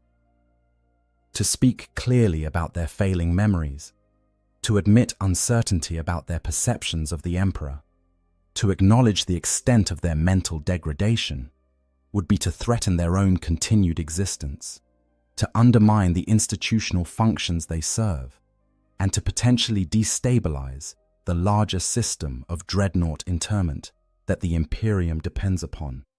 So they remain silent or speak only in platitudes, and the system perpetuates itself. The Imperium gets its living links to the past, even if those links are more symbolic than substantive. The chapters get the prestige of housing ancient warriors, even if those warriors can no longer reliably remember what makes them ancient. The newly interred get the hope that their horrifying transformation serves some higher purpose, even if that purpose is more performance than reality. And the ancient warriors themselves get to maintain the dignity of believing that their sacrifice mattered, that their continued existence serves essential functions, even as they privately recognize the growing void where their memories and their humanity used to be. This institutional dimension of their silence is perhaps the most tragic aspect of their entire situation, because it reveals that even if they wanted to speak honestly about the emperor and their degraded memories, even if they chose to prioritize truth over institutional convenience, the system would likely find ways to suppress or discredit their testimony. An ancient dreadnought, who began speaking uncomfortable truths about memory degradation and the unreliability of historical testimony, would quickly find himself marginalized, described as having finally succumbed to the madness that threatens all who are interred for too long.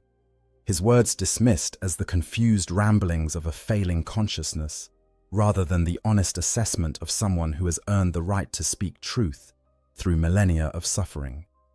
The silence is therefore not just self-imposed, but systemically enforced, not just individual choice, but collective necessity, not just personal limitation, but institutional requirement. The ancient dreadnoughts cannot describe what the emperor was truly like, not only because of degraded memory, psychic glamour, trauma, and the transformation of consciousness into machine logic, but also because the institutions they serve need them not to, because the Imperium requires them to be symbols rather than historians, because honesty about their limitations would threaten systems that cannot afford to be threatened.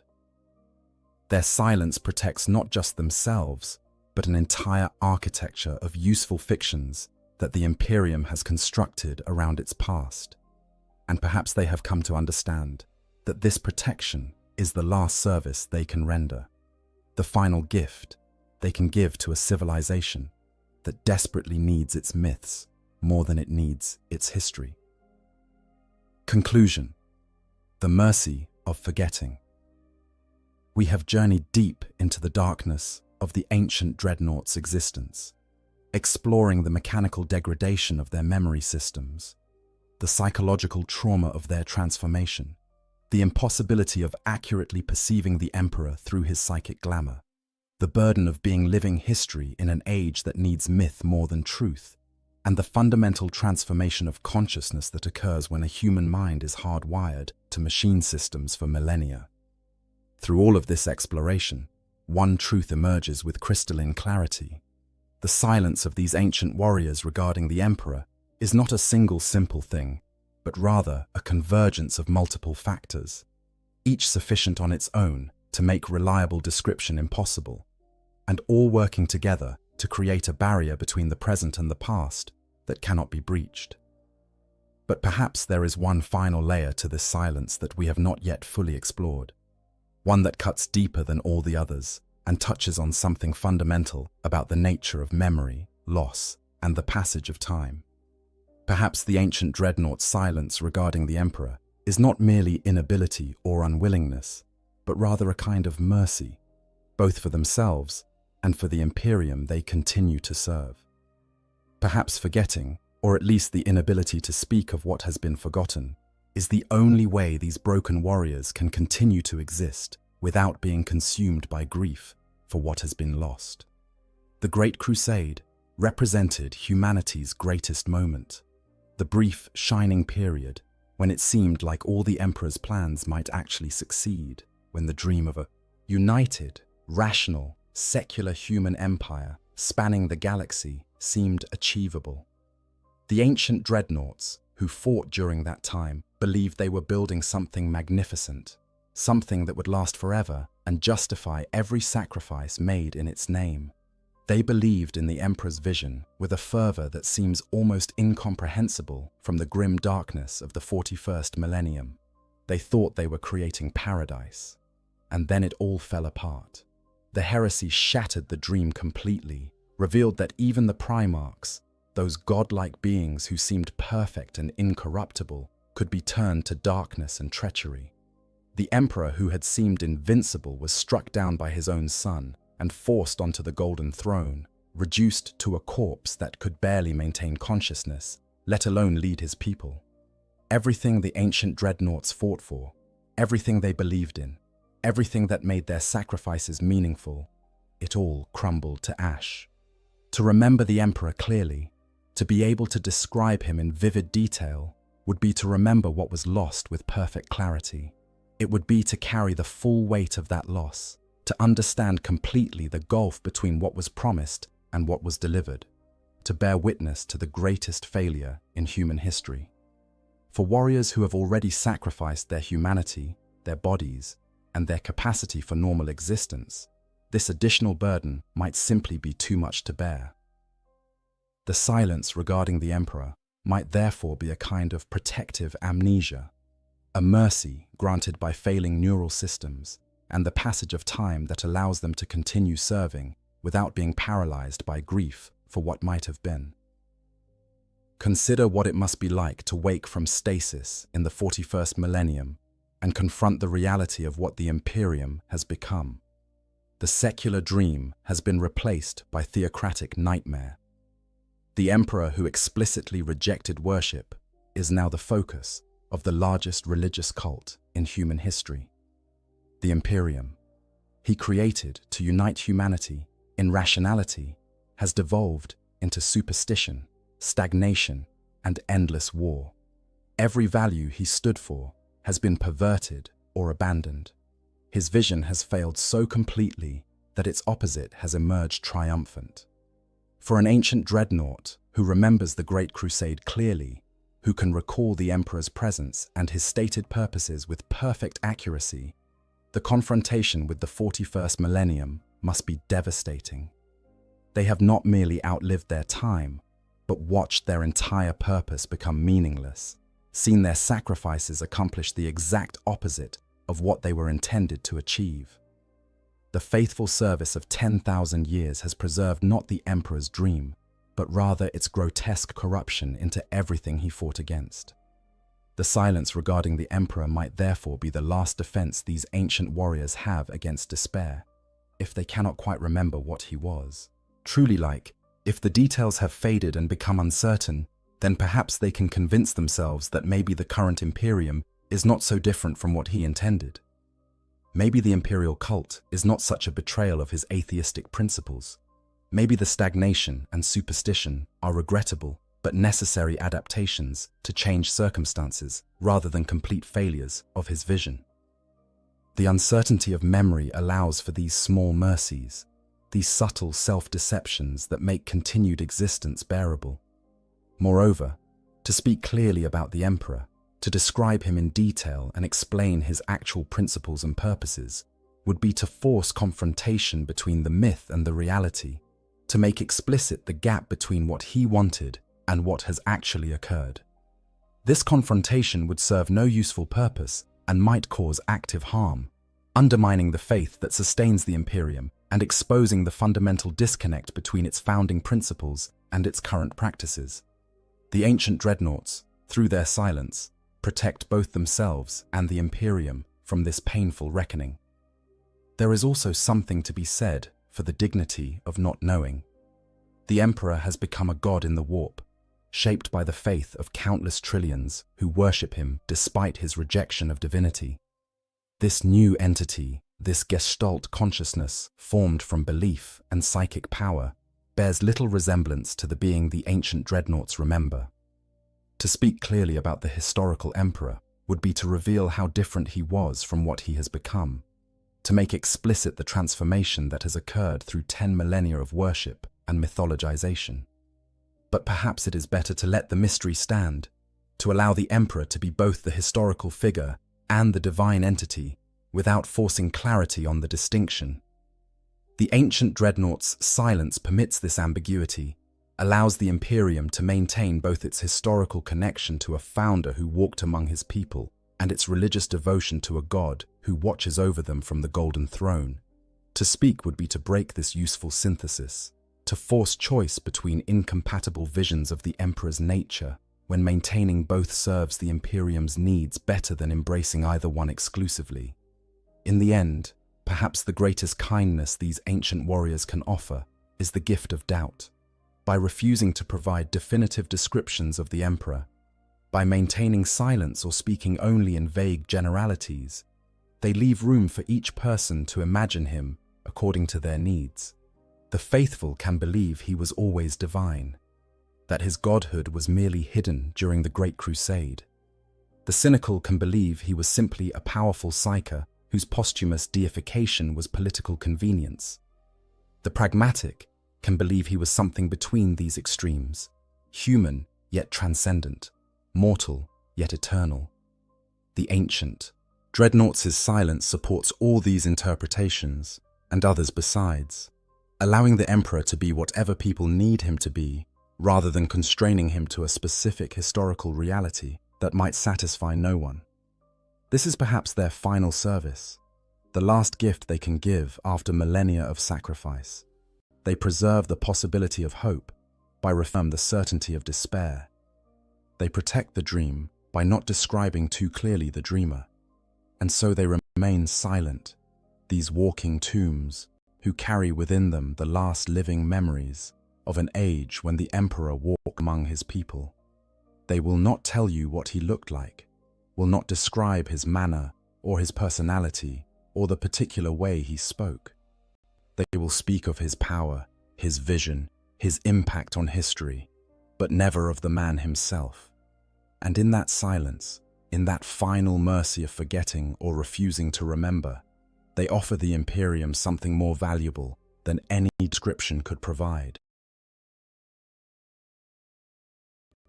The continued possibility of believing that once, somewhere in the past, there existed something perfect and true and worth fighting for, even if the details of that perfection have been lost to time and trauma, and the endless years that separate the present from that golden age that never quite was. The ancient dreadnoughts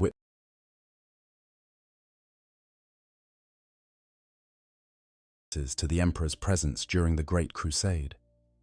But they are witnesses who have lost the capacity to bear witness, monuments to memory who can no longer their own memories, living history, who understand that history itself is a fragile construction built from unreliable components. Their silence is not failure, but rather the recognition that some questions have no good answers, that some truths are better left unspoken, and that sometimes the kindest thing we can do for ourselves and others is to admit that we simply do not know, and perhaps were never meant to know. So if you ever find yourself in the presence of an ancient dreadnought, if you ever have the opportunity to ask one of these venerable warriors what the Emperor was truly like, do not be surprised when they offer no answer or speak only in meaningless generalities. Understand that their silence is not a vision or forgetfulness, but rather the final service they can render, the last mercy they can grant, the ultimate expression of wisdom earned through millennia of suffering and reflection. They have given everything in service to the Emperor and his Imperium. The silence they maintain regarding his true nature is perhaps the most valuable gift they have left to give. If you found this deep dive into the grimdark fascinating, please consider subscribing to the channel and hitting that like button. There are countless more mysteries in the Warhammer 40k universe waiting to be explored, and your support helps make these comprehensive explorations possible. Until next time, may the Emperor protect.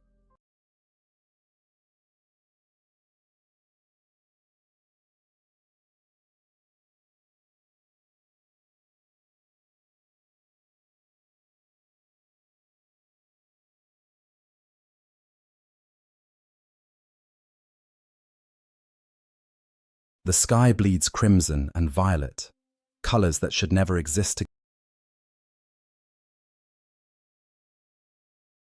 Yet somehow do in this place where reality itself has been wounded. Jagged spires of crystallized screams upward through ground that pulses with a rhythm disturbingly close to a heartbeat. In the distance, mountains made of compacted bone and sinew shift positions when no one watches them directly, their movements leaving trails of impossible geometry burned into the air itself. This is a demon world, a place where the immaterium has torn through the fabric of real space and remained, festering like an open wound in the galaxy's flesh. On worlds like these, the very laws of physics become suggestions rather than rules, subject to the whims of entities that exist beyond mortal comprehension. Time flows backward and forward simultaneously. Gravity pulls in directions that don't exist in normal space. The ground beneath your feet might be solid stone one moment and composed of frozen whispers the next. Forests grow here, but their trees are made of calcified terror, their leaves dripping with concentrated despair. Rivers run through these twisted landscapes, but what flows through them is not water. It's liquid malice, concentrated suffering given form and motion. Into this nightmare realm, something golden has fallen, something that doesn't belong, something that represents everything these corrupted spaces were meant to destroy. It lies half buried in the shifting, screaming soil, its auramite plating dulled by centuries of exposure to the warp's corrosive touch, but still intact, still recognizable for what it is to those with the knowledge to see. A Contemptor Galatus dreadnought of the Adeptus Custodes, the Emperor's personal guardians, lies dormant on a demon world, and it is not alone in this terrible place. From the swirling miasma of warp-touched atmosphere, a sound emerges. Not the cacophony of demon howls, or the whispered temptations that constantly echo across these cursed landscapes. No, this sound is different. It's raucous, joyful, utterly out of place in this realm of calculated cruelty. It's laughter, orc laughter, specifically, That particular brand of aggressive mirth that only the greenskins can produce. The sound of beings who find violence hilarious and combat the most entertaining thing in existence. They've arrived on this demon world not through careful planning or strategic calculation, because orcs don't do either of those things. They're here because their ramshackle space hulk, held together by equal parts scrap metal and unshakable belief, got caught in a warp storm and spat out in this location. And rather than being horrified by their surroundings like any sensible species would be, the orcs are absolutely delighted. A place where the very environment wants to kill you? That sounds like a proper good fight to them. But this story isn't really about how they got here. It's about what happens next. It's about the moment when two of the Imperium's most formidable forces, one noble and one savage, one refined to the absolute peak of genetic perfection, and the other a crude weapon of war left over from conflicts millions of years old, come together in the absolute worst possible location. It's about what happens when orcs, with their reality-warping belief systems and their insatiable hunger for loot and violence, discover a treasure beyond their wildest dreams, sitting abandoned on a world where madness is the natural state of being. This is the story of what happens when orcs find a custodian dreadnought on a demon world. And the answer to that question is far stranger, far more violent, and far more fascinating than you might expect. The nature of demon worlds. To understand what makes this encounter so extraordinary, we first need to understand exactly what demon worlds are and why they represent some of the most dangerous locations in the entire galaxy. These are not merely planets that have been conquered by chaos forces.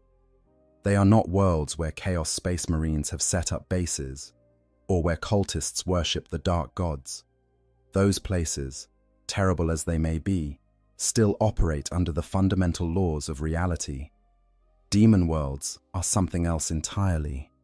They are places where the boundary between the materium and the immaterium has been torn apart completely, where the warp has permanently flooded into real space and remained. They are islands of impossibility, pockets of literal nightmare made manifest, sustained by the constant attention of the chaos gods themselves or by powerful demon princes who have claimed them as their personal domains. The process by which a world becomes a demon world is catastrophic. Usually, it begins with a massive incursion of chaos forces, a sustained assault by demons and their mortal followers that weakens the barrier between dimensions. This might happen through the opening of warp rifts during massive battles, through the performance of terrible rituals by chaos cultists, or through the emergence of the planet itself from prolonged exposure to warp storms. Once the barrier is sufficiently weakened, the warp doesn't just touch the world, it floods it, saturating every atom with the raw stuff of chaos. What happens next defies description in conventional terms. The physical laws that govern normal reality begin to unravel. Mountains might start bleeding. Oceans could transform into vast pools of liquid emotion. The sky itself becomes a canvas upon which the dark gods paint their twisted visions. Cities warp and twist into impossible architecture that hurts to look at directly. Living beings caught in this transformation fare even worse, their flesh and minds twisted into new forms that serve the whims of their new masters. Each demon world is unique, shaped by which of the chaos gods holds dominance over it, or by the particular obsessions of the demon prince who rules it. A world claimed by Horn becomes an endless battlefield, its surface scarred by infinite war, its rivers running with blood that never stops flowing, its inhabitants locked in eternal combat. A Nurgle demon world transforms into a garden of pestilence, where diseases take on physical form and wander the landscape, where the very ground is composed of decomposing matter that somehow continues to decay forever without ever disappearing completely. Slaanesh demon worlds are perhaps the most disturbing to contemplate, places where sensation itself has been amplified to levels that would shatter mortal minds, where pleasure and pain have become so intertwined that they're indistinguishable, where the inhabitants experience ecstasies and agonies simultaneously in endless cycles.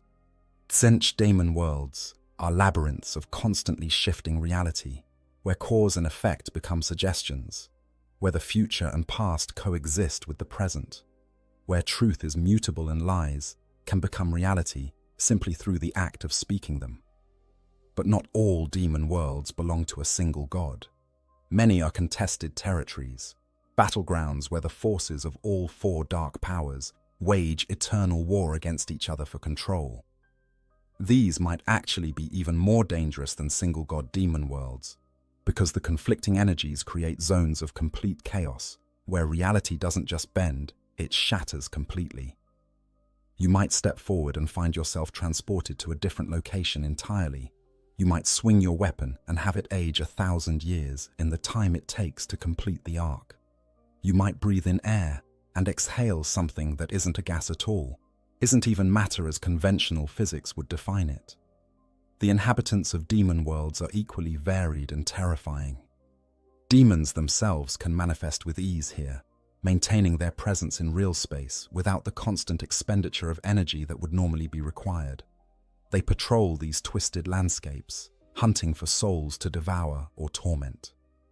Mortal followers of chaos might be found here too, either those who willingly came seeking power, or those who were unfortunate enough to be trapped when the world transformed. These mortals rarely remain entirely human for long. The constant exposure to warp energies mutates them, twisting their bodies and minds into new forms that might eventually transcend mortality entirely, or might simply drive them into gibbering madness. What makes demon worlds particularly relevant to our story is that they are also treasure troves of sorts, not in the conventional sense of wealth or resources, although those might exist in twisted forms.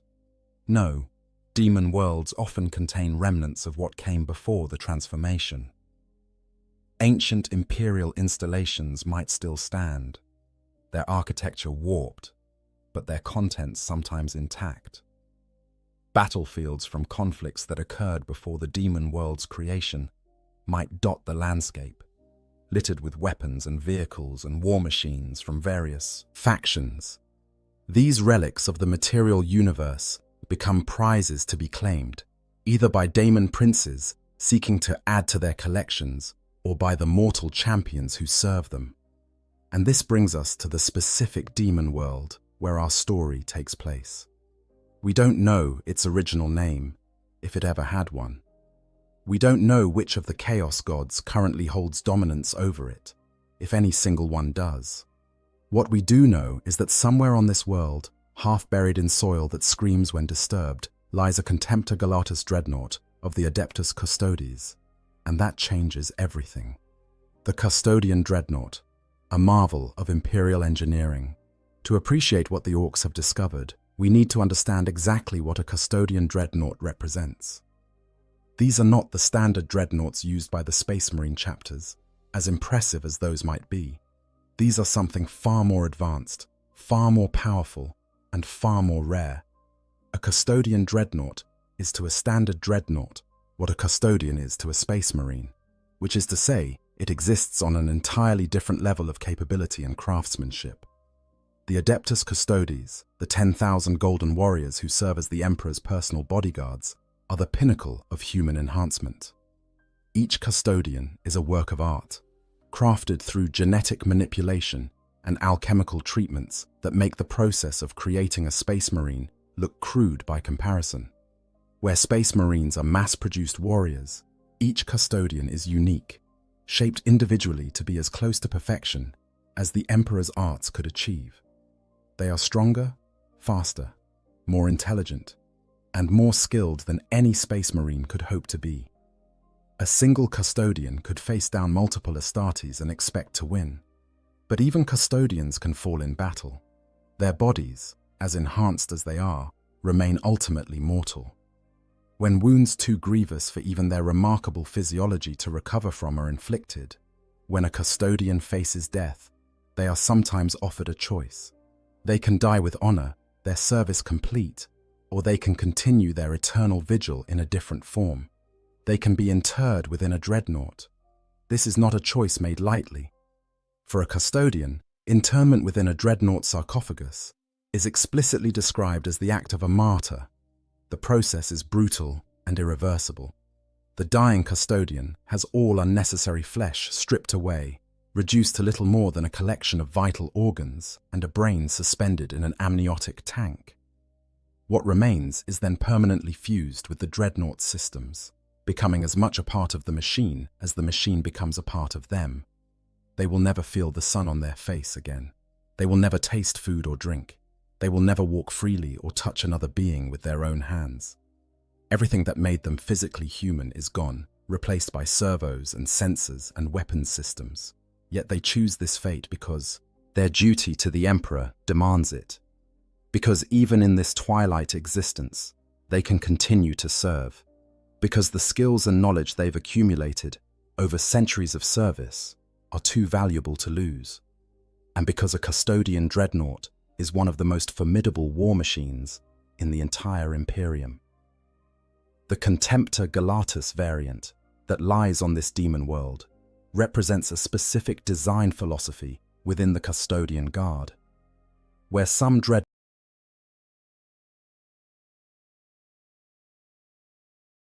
patterns focus on ranged firepower or on being walking fortresses.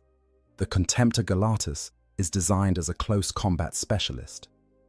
It's built to advance into melee range and hold that position against overwhelming opposition, serving as an anchor point for the Custodian battle line. Its primary armament is the Galatus Warblade, a massive power sword sized appropriately for a dreadnought. This isn't just a scaled-up version of a normal power weapon. The Galatus Warblade is a masterwork of artifice, capable of cleaving through ranks of armored enemies with each swing.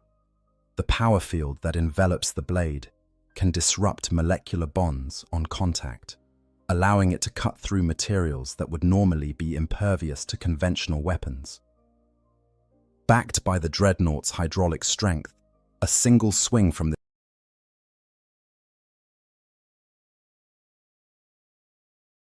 weapon could bisect a battle tank. Built into the Galatus Warblade are twin-linked Infernus incinerators, flame weapons that can immolate entire squads of infantry or purge enemies from fortified positions. These aren't standard flamers. They produce flames hot enough to melt ceramite armor, sustained by plasma cores that draw power directly from the dreadnought's main reactor. The custodians use these weapons with surgical precision, knowing exactly where to apply flame to maximum effect. The Contemptor Galatus's other arm mounts a Presidium shield, a defensive weapon system unlike anything found in standard Imperial arsenals. This isn't merely a physical shield, although it certainly functions as one. Its auramite construction capable of deflecting even heavy weapons fire. The Presidium shield also projects a powerful refractor field that can dissipate incoming energy attacks and disrupt the molecular structure of projectiles. When combined with the dreadnought's already formidable armor, this makes the Contemptor Galatus almost impossible to damage through conventional means. The armor itself deserves special mention. Where standard dreadnoughts might be constructed from ceramite or adamantium, custodian dreadnoughts are sheathed in auramite, a material whose exact composition is one of the Emperor's closely guarded secrets. Auramite is lighter than adamantium, yet stronger, more resistant to both physical and energy weapons, and possesses an unusual resistance to the corrupting touch of chaos. This last property is particularly relevant, given where this dreadnought currently rests. Inside the armored sarcophagus, at the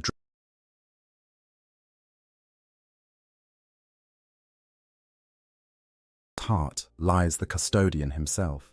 Or, rather, what remains of him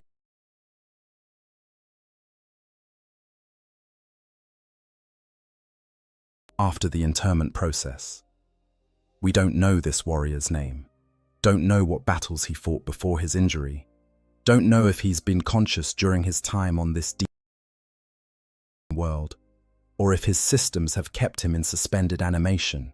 What we do know is that his mind, that warrior's consciousness shaped by centuries of training and combat, remains intact.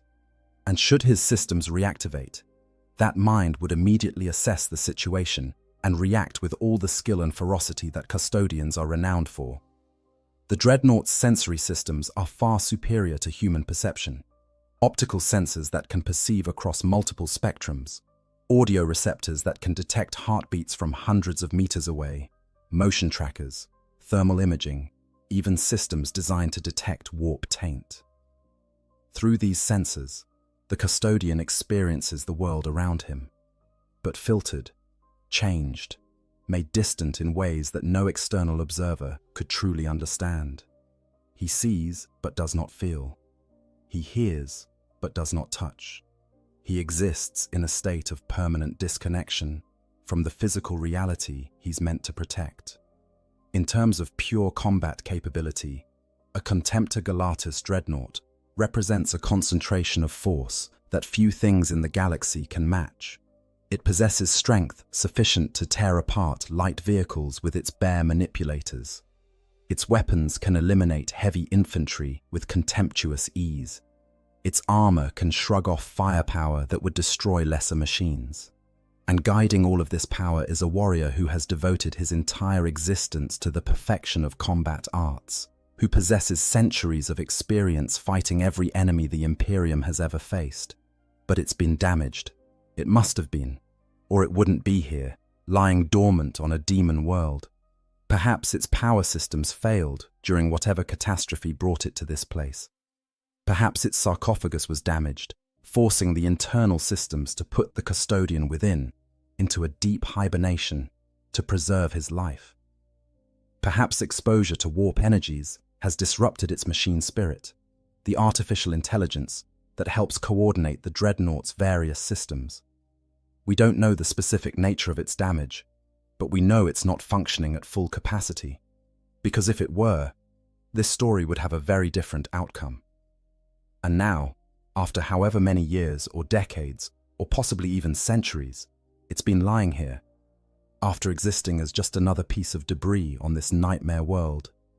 It's about to be discovered. The Orcs are coming, and they have no idea what they're about to find. How did it get here?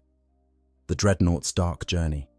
Before the Orcs arrive, before the looting and the violence and the chaos that will inevitably follow, we should pause to consider the question of how a custodian dreadnought ended up on a demon world in the first place.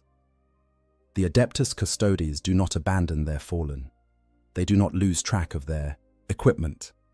Each piece of war gear used by the 10,000 is accounted for with religious devotion, and a dreadnought, especially one containing a still-living custodian, would never simply be left behind under normal circumstances.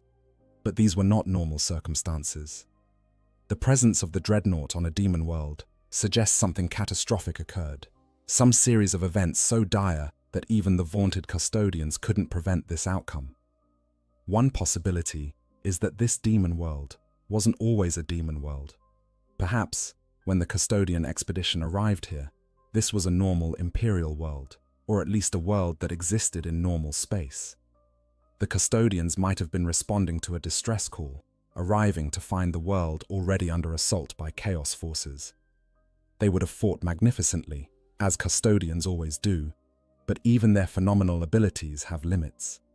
If the chaos forces were numerous enough, if demonic entities were already manifesting in large numbers, if the boundary between reality and the warp was already critically weakened, then even the custodians might have found themselves in an unwinnable situation. During the battle, the Contemptor Galatis would have been in the thick of the fighting, its Galatis warblade reaping a terrible toll among the enemy ranks. But battles against chaos forces are not won through martial skill alone. The demons would have kept coming, manifesting faster than they could be banished, their numbers sustained by the very violence being done to them. At some critical point, the world itself might have transformed, reality rupturing completely as the demon world was born. In the apocalyptic chaos of that transformation, separated from his brothers, the dreadnought systems might have failed. Another scenario involves the warp itself. The custodians might have been traveling through the immaterium, their ship guided by navigators and protected by Geller fields, when disaster struck. Perhaps a warp storm overwhelmed their defenses, tearing the ship apart and scattering its contents across multiple realities.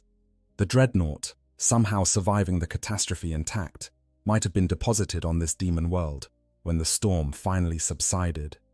In this case, the custodian within might not even know how much time has passed. Centuries could have elapsed in the material universe, while he experienced only moments of subjective time. There's also the possibility that the custodians were here deliberately. While the 10,000 normally guard the imperial palace on Terra, there are times when the Emperor's needs require them to venture forth. Perhaps they were on a mission to recover something from this demon world, some artifact or piece of knowledge that the Emperor deemed worth the risk. The dreadnought would have served as mobile artillery support, a walking fortress to anchor their position as they completed their objective. But something went wrong. Maybe they were betrayed. Maybe the opposition was greater than intelligence suggested. Maybe the demon prince who rules this world took a personal interest in preventing their mission's success. Whatever the specific circumstances, the end result was the same. The custodian dreadnought was left behind, his brothers either dead or forced to withdraw without him. The exact condition he's in is unclear.